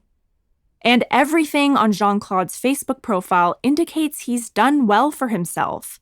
All the private jets and tropical holidays. The money must be good, whatever he's up to. I eventually find some phone numbers and an address from a source in Thailand. So I try calling and then update Millie in London. Okay, hey, Millie, I know it's late for you over there. I just wanted to tell you that I tried that number that I got sent that's supposed to be Jean-Claude's number. I can't really say publicly who it is, but I did get a bunch of numbers that are supposed to be Jean-Claude's. A bunch of them didn't work, but there is one that keeps ringing. So I'm optimistic. No one picked up, but I've sent a WhatsApp message basically saying this court document has shown us Jean-Claude's name and we'd love to talk to him about it. But it looks like my WhatsApp message is only showing one tick, like one check mark. So I think maybe he's already blocked me. I'm not really sure. Do you want to try? And I'm sure he'll be maybe more willing to hear from a UK number. We get all excited when Millie's call goes through, but when she starts explaining who she is, all she hears on the line is a woman's voice with what we think is a Thai accent saying, "Why did you pick up?" right before the line goes dead. Then Millie's number gets blocked. One by one, the production team are all blocked by the same Thai number. We even send a registered letter to the address my source gave me in one of Thailand's most touristy hotspots. The person who signs for the letter puts down their name as Coke Coco, definitely fake. And then all we get is radio silence. So I go back to the internet and start clicking through posts on Facebook again. And that's when I notice something. There is a comment here. Hi, JC, Jean-Claude. This is Steve Rust, your ex-driver in London. How are you? That was 5 weeks ago. So that was like at the end of March 2024. And then another comment 2 weeks later, so April 2024. I see you're having a good time from Steve Rust in London. And then there's a phone number here. Okay, I'm going to try calling this number.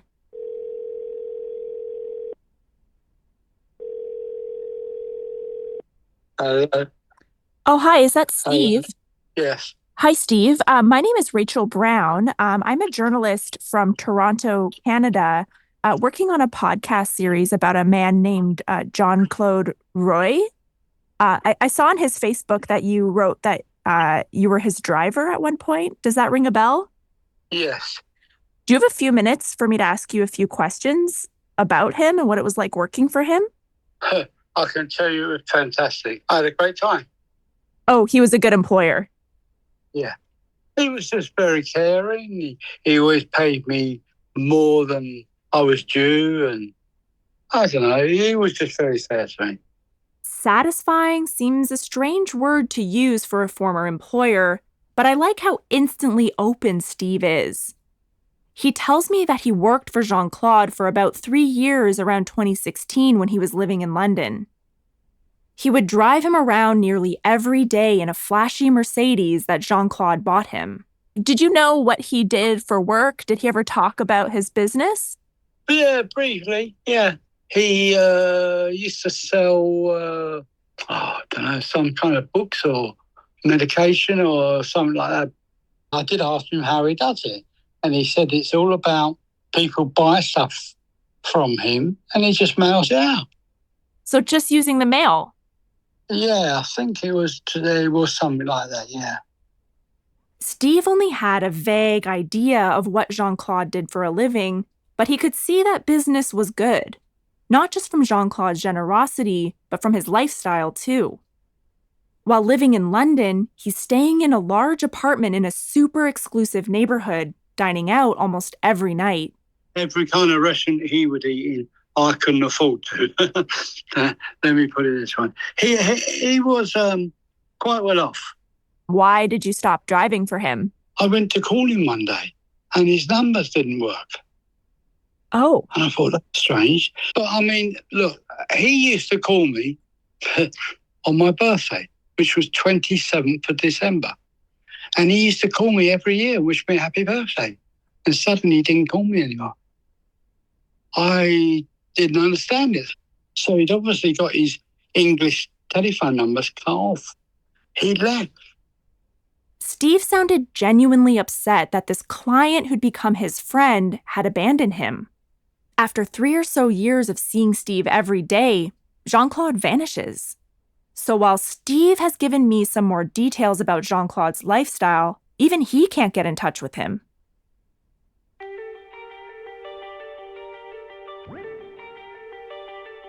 Since Jean-Claude and Jacques left the picture, the whole operation has only gained speed. The model that they set up in Europe has been rolled out across Canada, the whole of the United States, with letters even appearing in Russia and Australia. It's gone global. So who's in charge now? And how have they not only kept the business running smoothly, but also supersized it? To answer these questions, I spoke to someone who knows how these fraudsters work. The good mass mailing fraudsters are without doubt organized, and as such, they're always evolving.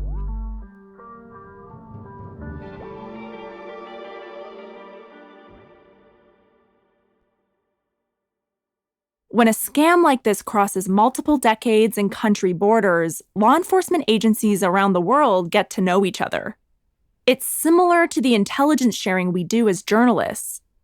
British fraud investigator Richard Clarke has been working for decades with our friend Clayton Gerber, the U.S. Postal Inspector. After a 40-year career in law enforcement, Richard is finally considering retiring.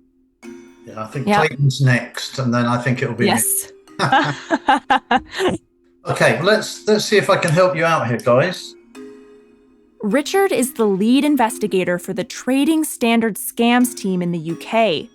They help make sure consumers are protected when purchasing products, which means he's looked into many mail order scams over the years.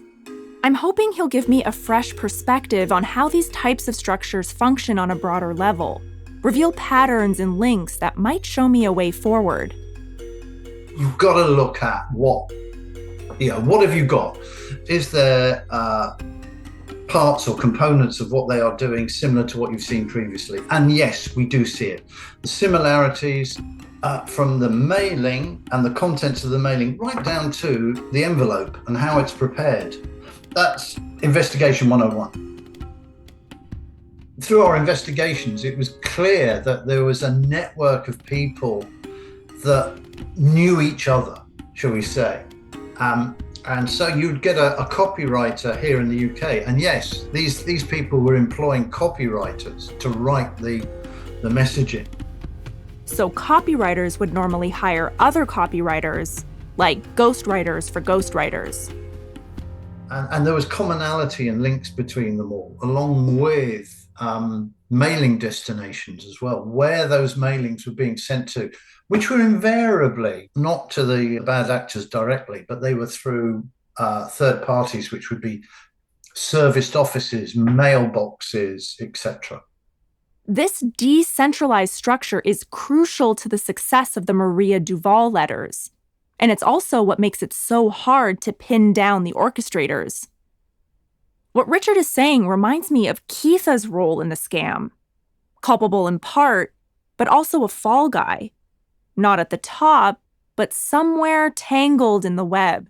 I think Clayton would have probably agreed with me, and it's probably mentioned to you, that there is an element of organised crime within this. They are serial offenders. They will continue to do it. They're the archetypal larger-than-life characters that have no conscience in what they do. Like organized crime syndicates, they share clients. But instead of dealing drugs on a large scale, they're dealing personal data to other scammers. we have noticed they all sell amongst themselves.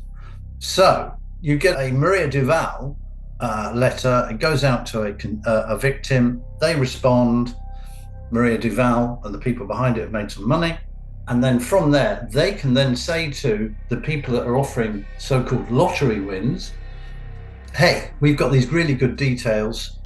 Give me X for the list of people. You go and work those. And so it goes around. In the business, they call these databases of likely targets suckers lists. And of course, they can obtain them legitimately and illegally. They are looking for a demographic of an individual. So it'll be age. It will be, are they of a certain financial grouping? Do they live on their own? Have they got health issues? By targeting these people specifically, the scammers have a higher chance of success as opposed to blanket mailing the letters across the entire country. It is that social isolation and that circumstantial vulnerability that I think still allows it to be profitable. Preying on the vulnerable in the name of profit is not a new business plan, but I do find the whole thing quite disturbing. I asked Richard how difficult it is to stop these types of scams. As law enforcement puts pressure on their ability to do what they do, they try and distance themselves from being caught.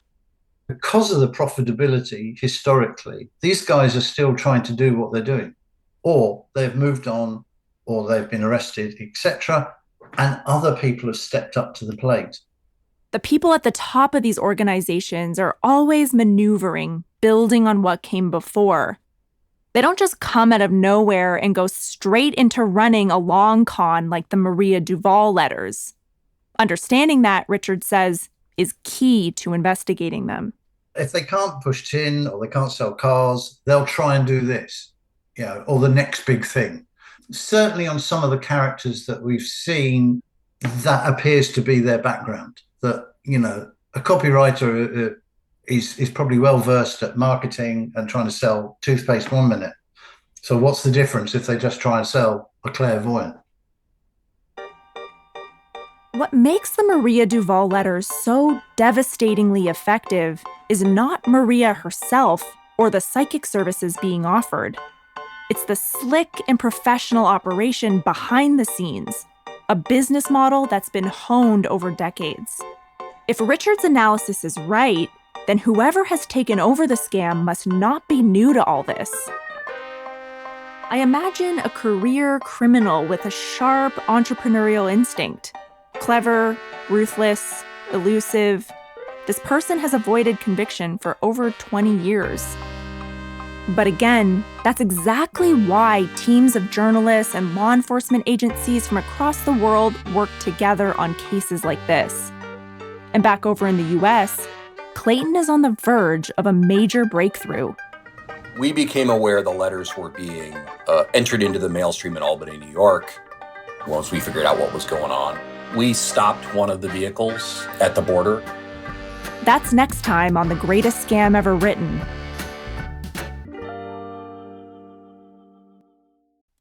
Unlock all episodes of Smokescreen, The Greatest Scam Ever Written, ad-free right now by subscribing to the Binge podcast channel. Not only will you immediately unlock all episodes of this show, but you'll get binge access to an entire network of other great true crime and investigative podcasts, all ad-free. Plus, on the first of every month, subscribers get a binge drop of a brand new series.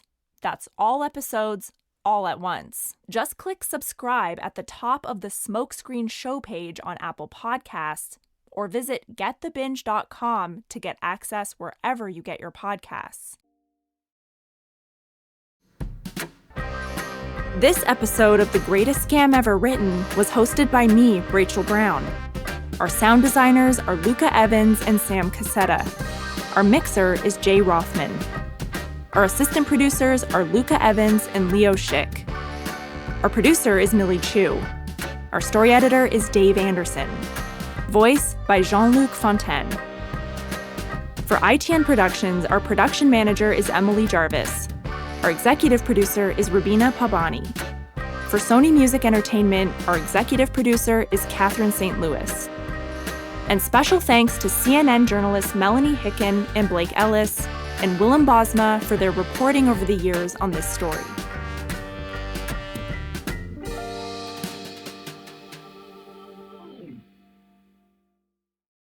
In 1992, something eerie was going on at the VA hospital in Columbia, Missouri. More patients than usual are dying.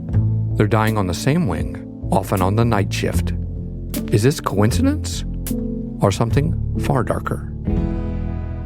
From Campside Media and Sony Music Entertainment, listen to Witnessed, Night Shift. Subscribe on Apple Podcasts to binge all episodes now, or listen weekly wherever you get your podcasts. The Binge. A December morning in 2018, in a police station on the idyllic Spanish island of Ibiza, a phone rings. The officer on duty picks it up and is immediately greeted with the sound of a woman speaking Spanish in a frantic, pleading voice. He tells her to slow down and explain exactly what's happened. She chokes out that her ex-husband has their young son. They're meant to call home every day, but today they haven't. And now she has no idea where her son is. The officer asks for the ex-husband's name and concentrates as she spells it out in English. He hits the return button on his computer, listens to the woman's ragged breath as the page loads. When it does, the officer sits bolt upright.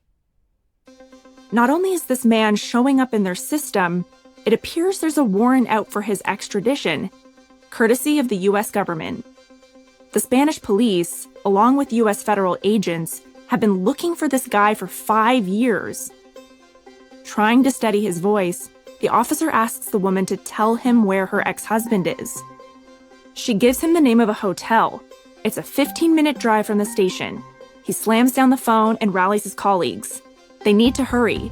Otherwise, the man known as CC1, co-conspirator number 1, will slip through their fingers again. For 5 years, the authorities have used this codename for the mastermind of the Maria Duval scam, trying to keep his identity under wraps because he's extremely cautious and elusive. It takes several national agencies, the US, Canada, and Spain, triangulating their resources just to narrow down his location. And every time they think they have him, he seems to catch wind of their presence and vanishes again. But now, the hunt for co-conspirator number 1 is well and truly on. And once again, it's Postal Inspector Clayton Gerber who told us this story and is the driving force. We have a criminal charge against this individual. We believe he's living in your country. This is where we think he's living. So then they go out and look for the person. From Sony Music Entertainment and ITN Productions, this is The Greatest Scam Ever Written. Episode 5, The Runner.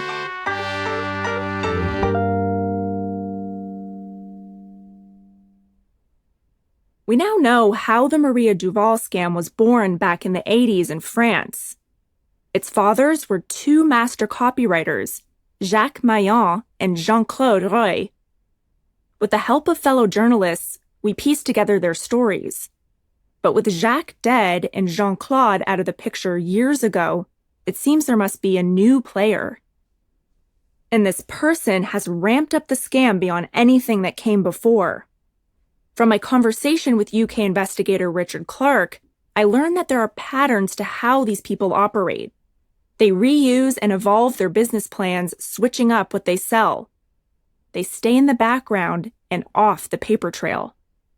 They're the archetypal larger-than-life characters that have no conscience in what they do.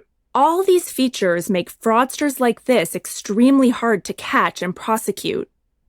To bring down the Maria Duval operation, law enforcement agencies will need to mirror the tactics of the scammers, working together across borders and pooling their talents. But from years of reporting, I know how hard that can be for them. All those different agencies with their own rules, their own politics. To keep everyone pulling in the right direction, you need a lead investigator with a very particular combination of zeal and pragmatism. We have administrative authority to stop mail delivery to an address if you're committing a fraud scheme. We last checked in with U.S. Postal Inspector Clayton Gerber during his dumpster diving mission in 2014. Here's what he knew about the international structure of the scam back at that point. The Marie Duval fraud model was a franchise model. It was crafted in Europe by two organizer leaders, and they sold the rights to her name and this suite of letters as a franchise model to North America. A different franchisee covered Europe. A different franchisee covered the Pacific. The two organized leaders Clayton mentions there are Jacques and Jean-Claude, the original founders. While they have left the stage by this point, the franchise model they put in place is still highly effective. If one branch gets shut down, it doesn't necessarily impact the rest. Clayton knows this, but he has no jurisdiction outside of the US. So for now, he's after the franchise operating in his part of the world. And so we were focused on the North American franchise that was operating in the US and Canada. He's already figured out the puzzle of where the return envelopes full of the victims' money were going. That's how he shut down Keitha's Long Island caging service, even though she still denies any wrongdoing.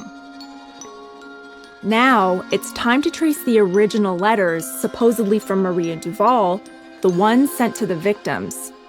Where are they coming from?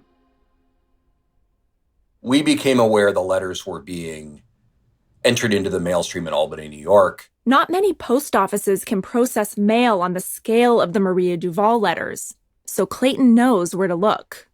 U.S. Postal Service had a large processing facility in Albany where we could accept truckloads of mail like that. We talked to the personnel in Albany and they said, yeah, that we get a truck once a week or twice a week. They sort of identified the truck. They said the driver comes from Montreal. So after getting some details from their Albany team, they head to the border and start searching trucks entering the U.S.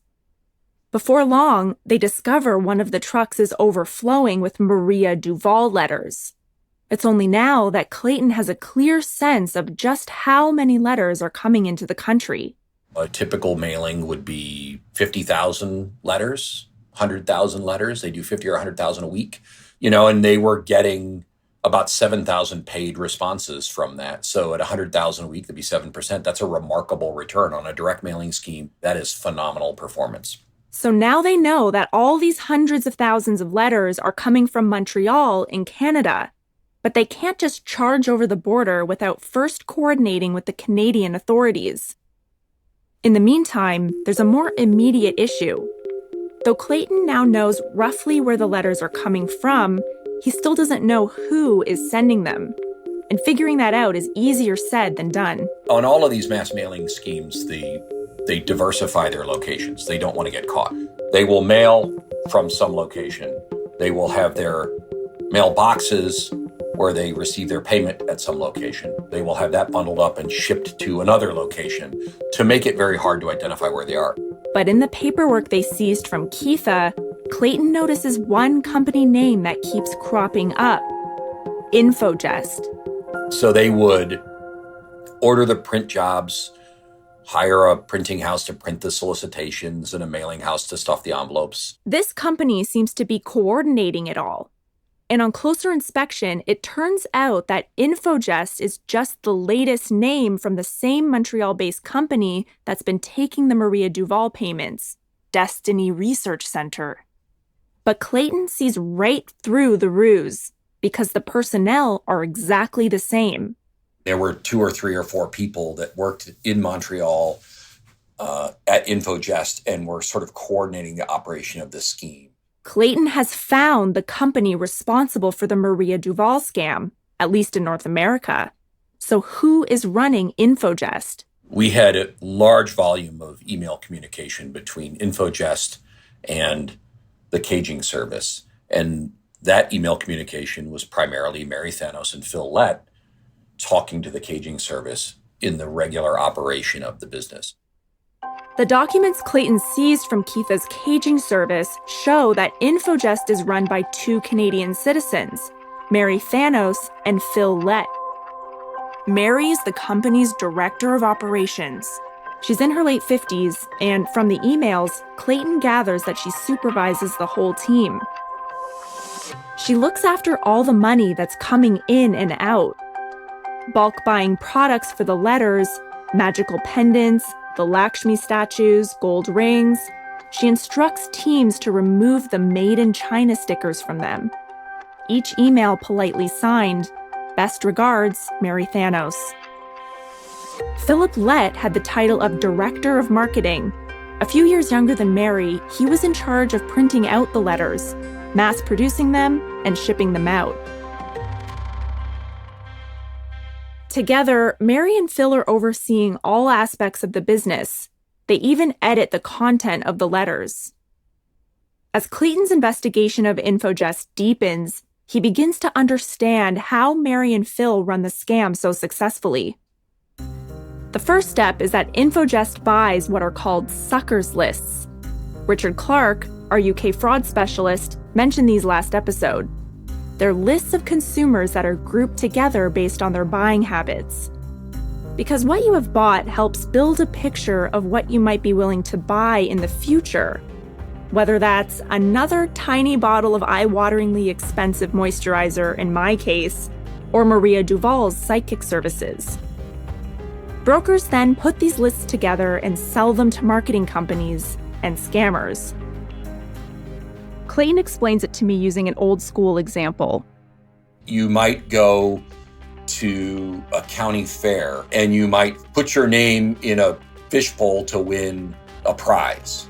And you put your name and address. And if you are willing to put your name and your personal information in a fishbowl to win a prize, you are deemed an opportunity seeker. Someone susceptible to believing luck is on the way.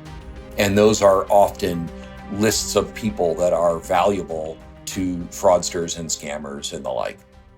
If you're an ambitious scammer with a thirst for growth, then suckers lists are also essential for scaling up.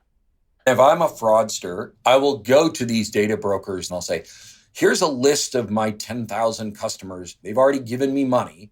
Data brokers will then cross-reference the information they have on these individuals. And they buy Preparation H, and they buy adult diapers, and they buy canes and various walking aids. And we have 50,000 other people that buy that same stuff. That is a highly tailored list of potential victims for you. Once Mary and Phil know who to target, they start to craft the perfect letters. They'd sit around the office and say, this sounds good. Let's type this up. Okay, that sounds good. They would test whether one story would sound better than another. I, Maria Duval, I'm going to prepare this personal astral, the most important, your devoted friend, Maria Duval. They experiment with different variations of the Maria mythology. So they'd have 100,000 piece mailing going out the next week, and they're like, I want to change the story a little.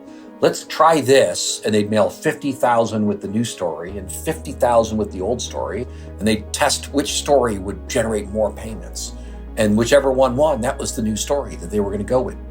When I was a child, I can see through what people say, but I thought read between the lines that everybody had. They're always trying out new phrases, new buzzwords, getting a sense of what draws the most people in. Because ultimately, the scam is all about ratios. You mail out 100,000 initial solicitations and some small percentage of people will respond. That doesn't make you any money. It costs way more to mail out, but what you do with that initial mailing is you acquire a customer. And if they've paid once, they're likely to pay again. So Mary and Phil send out a second letter, but you need a new story, a new pitch. The language in the letter has to evolve, and Maria Duval needs to take you to the next level. I look at your handwriting, then I take the date of birth. She has to get to know you. You need to get to know her. There was a call to action. All you have to do is grasp the hand of friendship. We are holding out to you. They wanted you to act. And what was that action? They gave you the return envelope that was pre-printed, ready to go. Put your check in it and mail it back to them. Clayton's referring to those green envelopes, which, as we know, would be mailed to the Long Island Caging Service. And that's where the workers would slice open the envelopes, take out your order, enter your name, how much you had paid, and that would trigger you to get the next mailing. And then the cycle started again. On and on, as more money was sent, more letters came through, and more rewrites were being tested on people all across the country. This elaborate progression from the first letter to 50 or 60 different letters deepened your relationship with Maria, convincing you that she was responding emotionally to your troubles and replying directly to you. From my conversation with Maria's son, Antoine, I knew that she was a woman who relished her own mystique.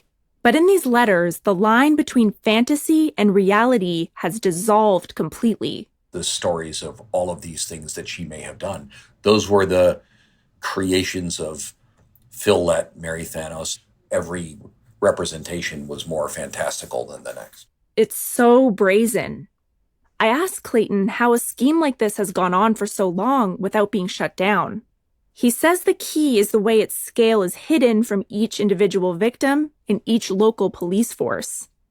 Let's say a victim gets one of these Marie Duval letters, they mail $40, they get another letter from her, and they decide to go to the police and say, this is a scam. I got tricked.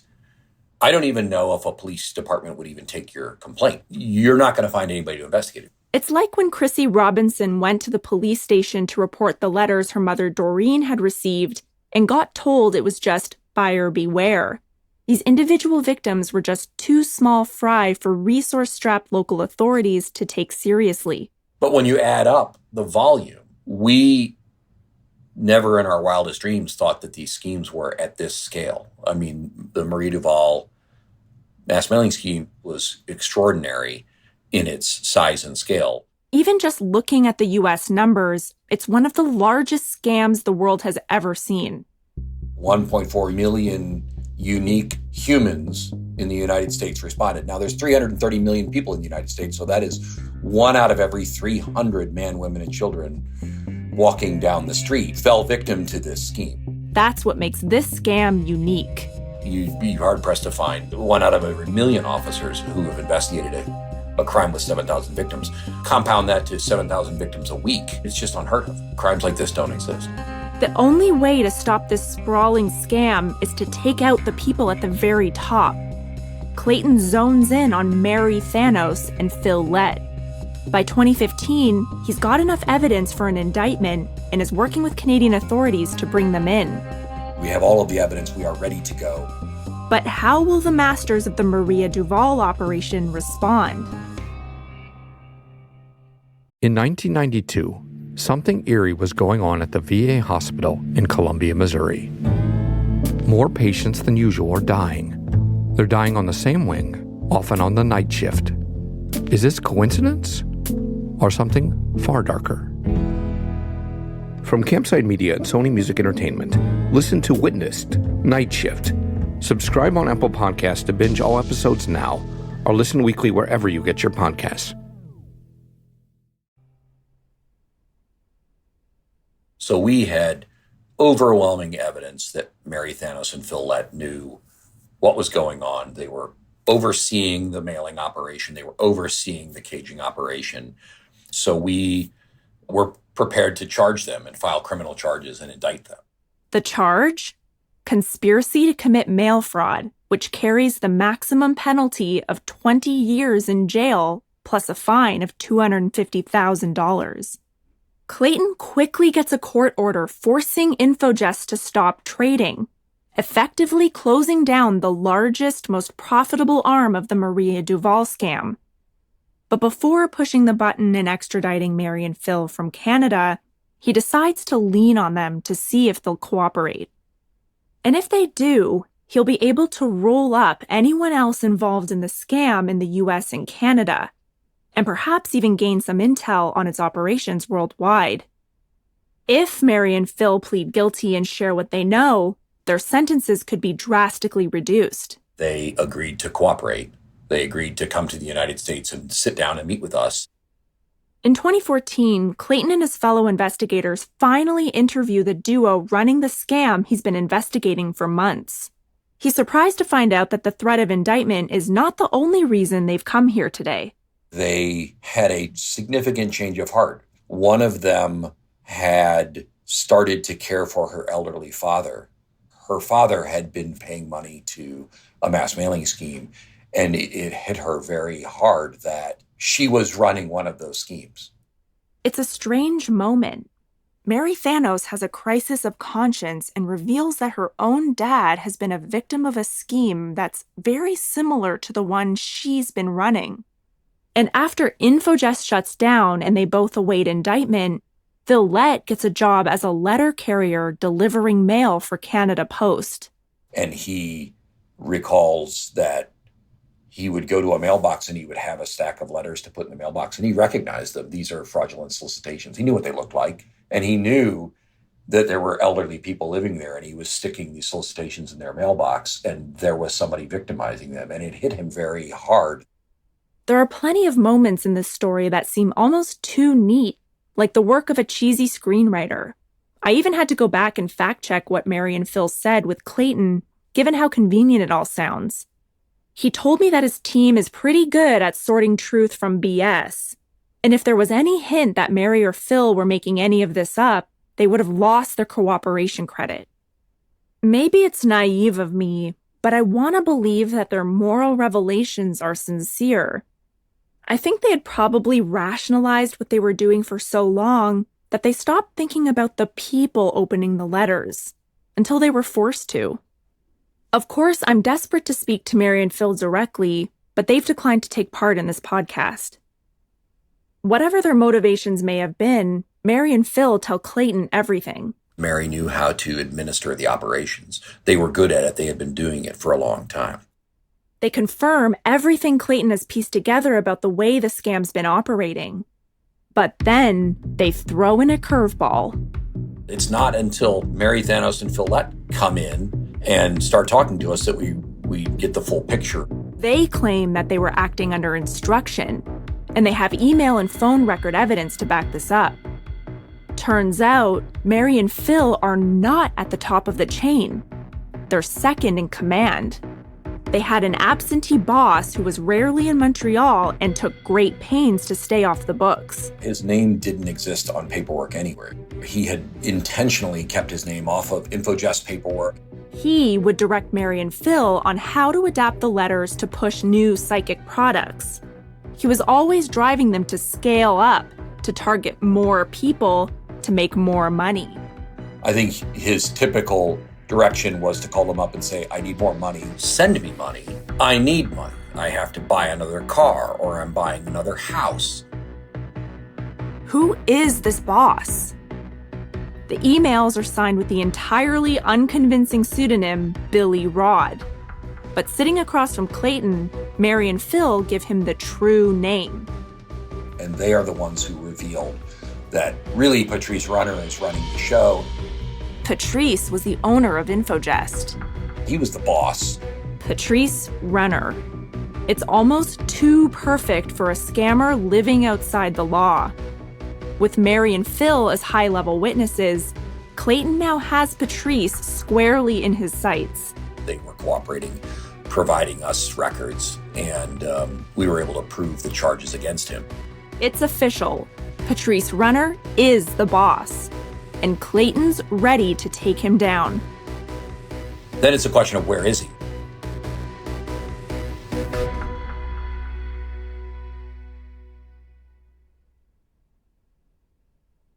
So by May 2016, 2 years into Clayton's investigation, Infogest has been shuttered and nearly all the main players are cooperating. Clayton has the orchestrator of the entire Maria Duval scam in his crosshairs. But he still has no idea where Patrice Runner is. Because, remember, this is still 2 years before Patrice's ex-wife would frantically call the Ibiza police looking for their son. Well, Patrice Runner certainly was globetrotting during the life of the Maria Duval scheme. He was living wherever he wanted. He and his wife just sort of decided, let's do a change of pace and move to Costa Rica. He lived in Montreal for a while. He moved to Vancouver. He moved to Germany. He moved to Austria. He lived in France. He had sort of unlimited resources to do that. But thanks to the continuing cooperation of Mary and Phil, Clayton has a lead. They told us, well, he's in Ibiza now, because they had to send him money. I've moved to Ibiza now. Here's my new bank account. Send me the money. There's no guarantee that Patrice is still in Ibiza now, given his jet-setting lifestyle. And wherever he is, Clayton's all too aware of the headache-inducing obstacles arresting criminals abroad. It can be challenging depending on the country and depending on what evidence collection and information is like. It takes another 2 years of back-and-forth emails, waiting for responses between Interpol and the Spanish police to confirm that Patrice is still in Ibiza. By 2018, Clayton believes that Patrice is no longer living the high life that came from running the Maria Duval business.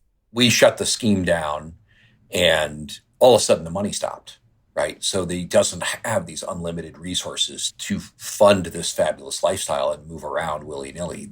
The tragedy of Patrice Runner is he didn't save any of his money. He spent it all. You know, over the span of 10 years, the Maria Duval scheme brought in $250 million, and he doesn't have any money to his name. The sheer nerve you must have to live like a rock star, blowing so much money when the whole business is so precarious, the whole thing just seems a bit reckless.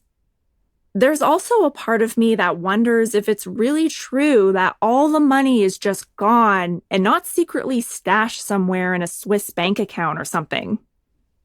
But either way, Clayton knows that Patrice is somewhere in Ibiza with not much money in hand, virtually trapped. He just needs to find him. We had obtained an indictment in the United States for his arrest, and we sent it to Spain. Spain, we have a criminal charge against this individual, Patrice Runner. We believe he's living in your country. This is where we think he's living. Here are his identifiers. Please go arrest him for us and let us know when you have him, and we will fly him to our country. So then they go out and look for the person. Clayton is racked with nerves. He's done all this work, and now his case is in the hands of local Ibizan police officers who he has no control over. But then, in December 2018, Clayton gets the call he's been waiting for. Patrice has been arrested. The chase seems to be over. They bring him to court and they say, there are these charges against you in the United States. They would like to extradite you. And Patrice gets a lawyer. He's like, I'm going to fight this. And so they say, great, here's your court date in Spain. And they release him. Believe it or not, 2 more years go by of back and forth between Patrice's lawyer and the Spanish courts. The legal tussle culminates in Patrice flatly refusing to come in for his hearing in 2020. Finally, the courts have had enough. They order the police to arrest him again. Clayton is on standby, waiting to fly to Madrid, pick up his prisoner, and take him back to the U.S. Well, it's time to arrest him, and he's no longer living at his home. He and his wife had separated, and they go to the home, and the wife says, he's not here anymore. And where is he? I don't know where he is. And so then he's gone. As far as the police are concerned, he's fled. Clayton is furious. There's nothing he can do from his side of the Atlantic. The police in Ibiza begin an island-wide hunt for Patrice. They interview his ex-wife, who reveals some grim details about how Patrice has been living. Well, it turns out he had no means of income, and his wife kicked him out, so he was essentially homeless, and he was living in a tent on the beach in Ibiza. But he and his wife had a child together. They had a son, and in theory, they had joint custody of the son. And so he would stay in a tent during the week, and then if he had his son for the weekend, he would rent a hotel room, and he and his son would stay in the hotel room, and they would do father-son stuff. It sounds like a pretty depressing existence, homeless during the week, putting on a facade for his son on the weekends. Despite being armed with this information, the Ibizan police still can't locate Patrice. That is, until a few weeks later, in December 2020, when a fresh lead falls right into their laps. Patrice's ex-wife, panicking about where her son might be, calls up her local police station. The wife had a rule that the son had to call home every day. Pretty typical in a divorce and a separation. So the son goes for the weekend to stay with Patrice, and he doesn't call home to mom. He's supposed to call every day, and he doesn't call. So mom gets upset. She calls the police station looking for her child. She can't locate his father. What's his name? His name is Patrice Runner. This is the phone call we opened with, when Patrice's panicking ex-wife unwittingly provides the final tip-off. And they, sort of zoom in on her and say, tell us what you know. Tell us where he is, where you think he is. Well, he's been staying at this hotel. Lo and behold, he was, and the police go and arrest him in the middle of the night at the hotel with his son present. The news reaches Clayton in the U.S. The Spanish judge has ordered Patrice Runner to be extradited to the United States. This is fantastic. Clayton's going to finally be able to put Patrice behind bars. There's just one small issue. It's November 2020, right at the height of the COVID-19 pandemic. International travel is complicated, to say the least, and the Spanish courts have only given Clayton 30 days to collect Patrice. After that, he'll be released. And so I scrambled to figure out how I was going to transport an international fugitive from Spain to the United States during COVID, when there are no vaccines, there are no visas being issued to travel to Spain. And it's by the way, 30 days is basically going to be Christmas Day. Clayton feels like everything's against him. He gets on the phone with the Spanish authorities and practically begs them for a visa. Eventually, they give in, with a few conditions. We would not be allowed to be armed in an international flight, so we would be unarmed, but he would be handcuffed. Interpol works as the go-between for the Spanish police and Clayton's team. There is a small police precinct at the airport, and we go there, and they hand him over to us, and then they drive us out on the tarmac to the plane, and we walk up the steps, and we're the first ones on the plane. We go to the very back of the plane. He's in handcuffs. What was it like being face-to-face with this man who had been under investigation for so long and had been responsible for this massive scam? Well, it's always anticlimactic. I have arrested folks that I have had under extradition for 10 years, and I finally meet them, and it's really a letdown. They're not some superhuman. They're just a human. Patrice looks like all the photos that Clayton's team have managed to find of him. He's got a slightly grown-out beard, long hair tied back in a ponytail with some silver strands. And to Clayton, he kind of looks like he's in a state of shock at the situation he finds himself in. Patrice had assumed that the loss of his business, Infogest, was the only punishment he'd suffer. I had to explain to him. I said, no, we're here with handcuffs to put you in jail. That's different. To me, it seems bizarre that the leader of such a huge scam would be surprised to be arrested. But Clayton can understand Patrice's perspective. You think that this company that is your life's work, that you've run for 20 or more years, that made you fabulously wealthy, gets shut down, is completely out of business, and now you don't have any money to your name, you think that's the end of the story. It's all over. Why would you possibly think that you could also go to jail, right? Except it, in fact, was a crime. Despite years of work shutting down the Maria Duval scam and chasing its mastermind, imagining what sort of person he might be, Clayton never managed to interview Patrice one-on-one, even during that intimate plane journey. We could try to interview him. He didn't want to talk to us, really. Patrice basically stonewalled him. In fact, Patrice has never spoken publicly to anyone before, never told his story. So I did what I thought would persuade him to speak to me. I sat down and wrote him a letter. When I got it, that girl was writing to me and then signed Rachel, and so I thought, who's that? Next time on The Greatest Scam Ever Written, I get a hold of Patrice, and he wants to talk. Don't want to wait for that next episode? You don't have to. Unlock all episodes of Smokescreen, The Greatest Scam Ever Written, ad-free right now by subscribing to the Binge Podcast channel. Just click subscribe at the top of the Smokescreen show page on Apple Podcasts, or visit getthebinge.com to get access wherever you get your podcasts. As a subscriber, you'll get binge access to new stories on the first of every month. Check out the Binge channel page on Apple Podcasts or getthebinge.com to learn more.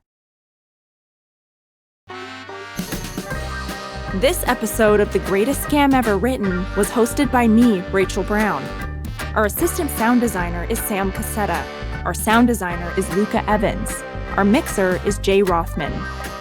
Our assistant producers are Luca Evans and Leo Schick. Our producer is Millie Chu. Our story editor is Dave Anderson. Voice by Nevada Red. For ITN Productions, our production manager is Emily Jarvis. Our executive producer is Rubina Pabani. For Sony Music Entertainment, our executive producer is Catherine St. Louis.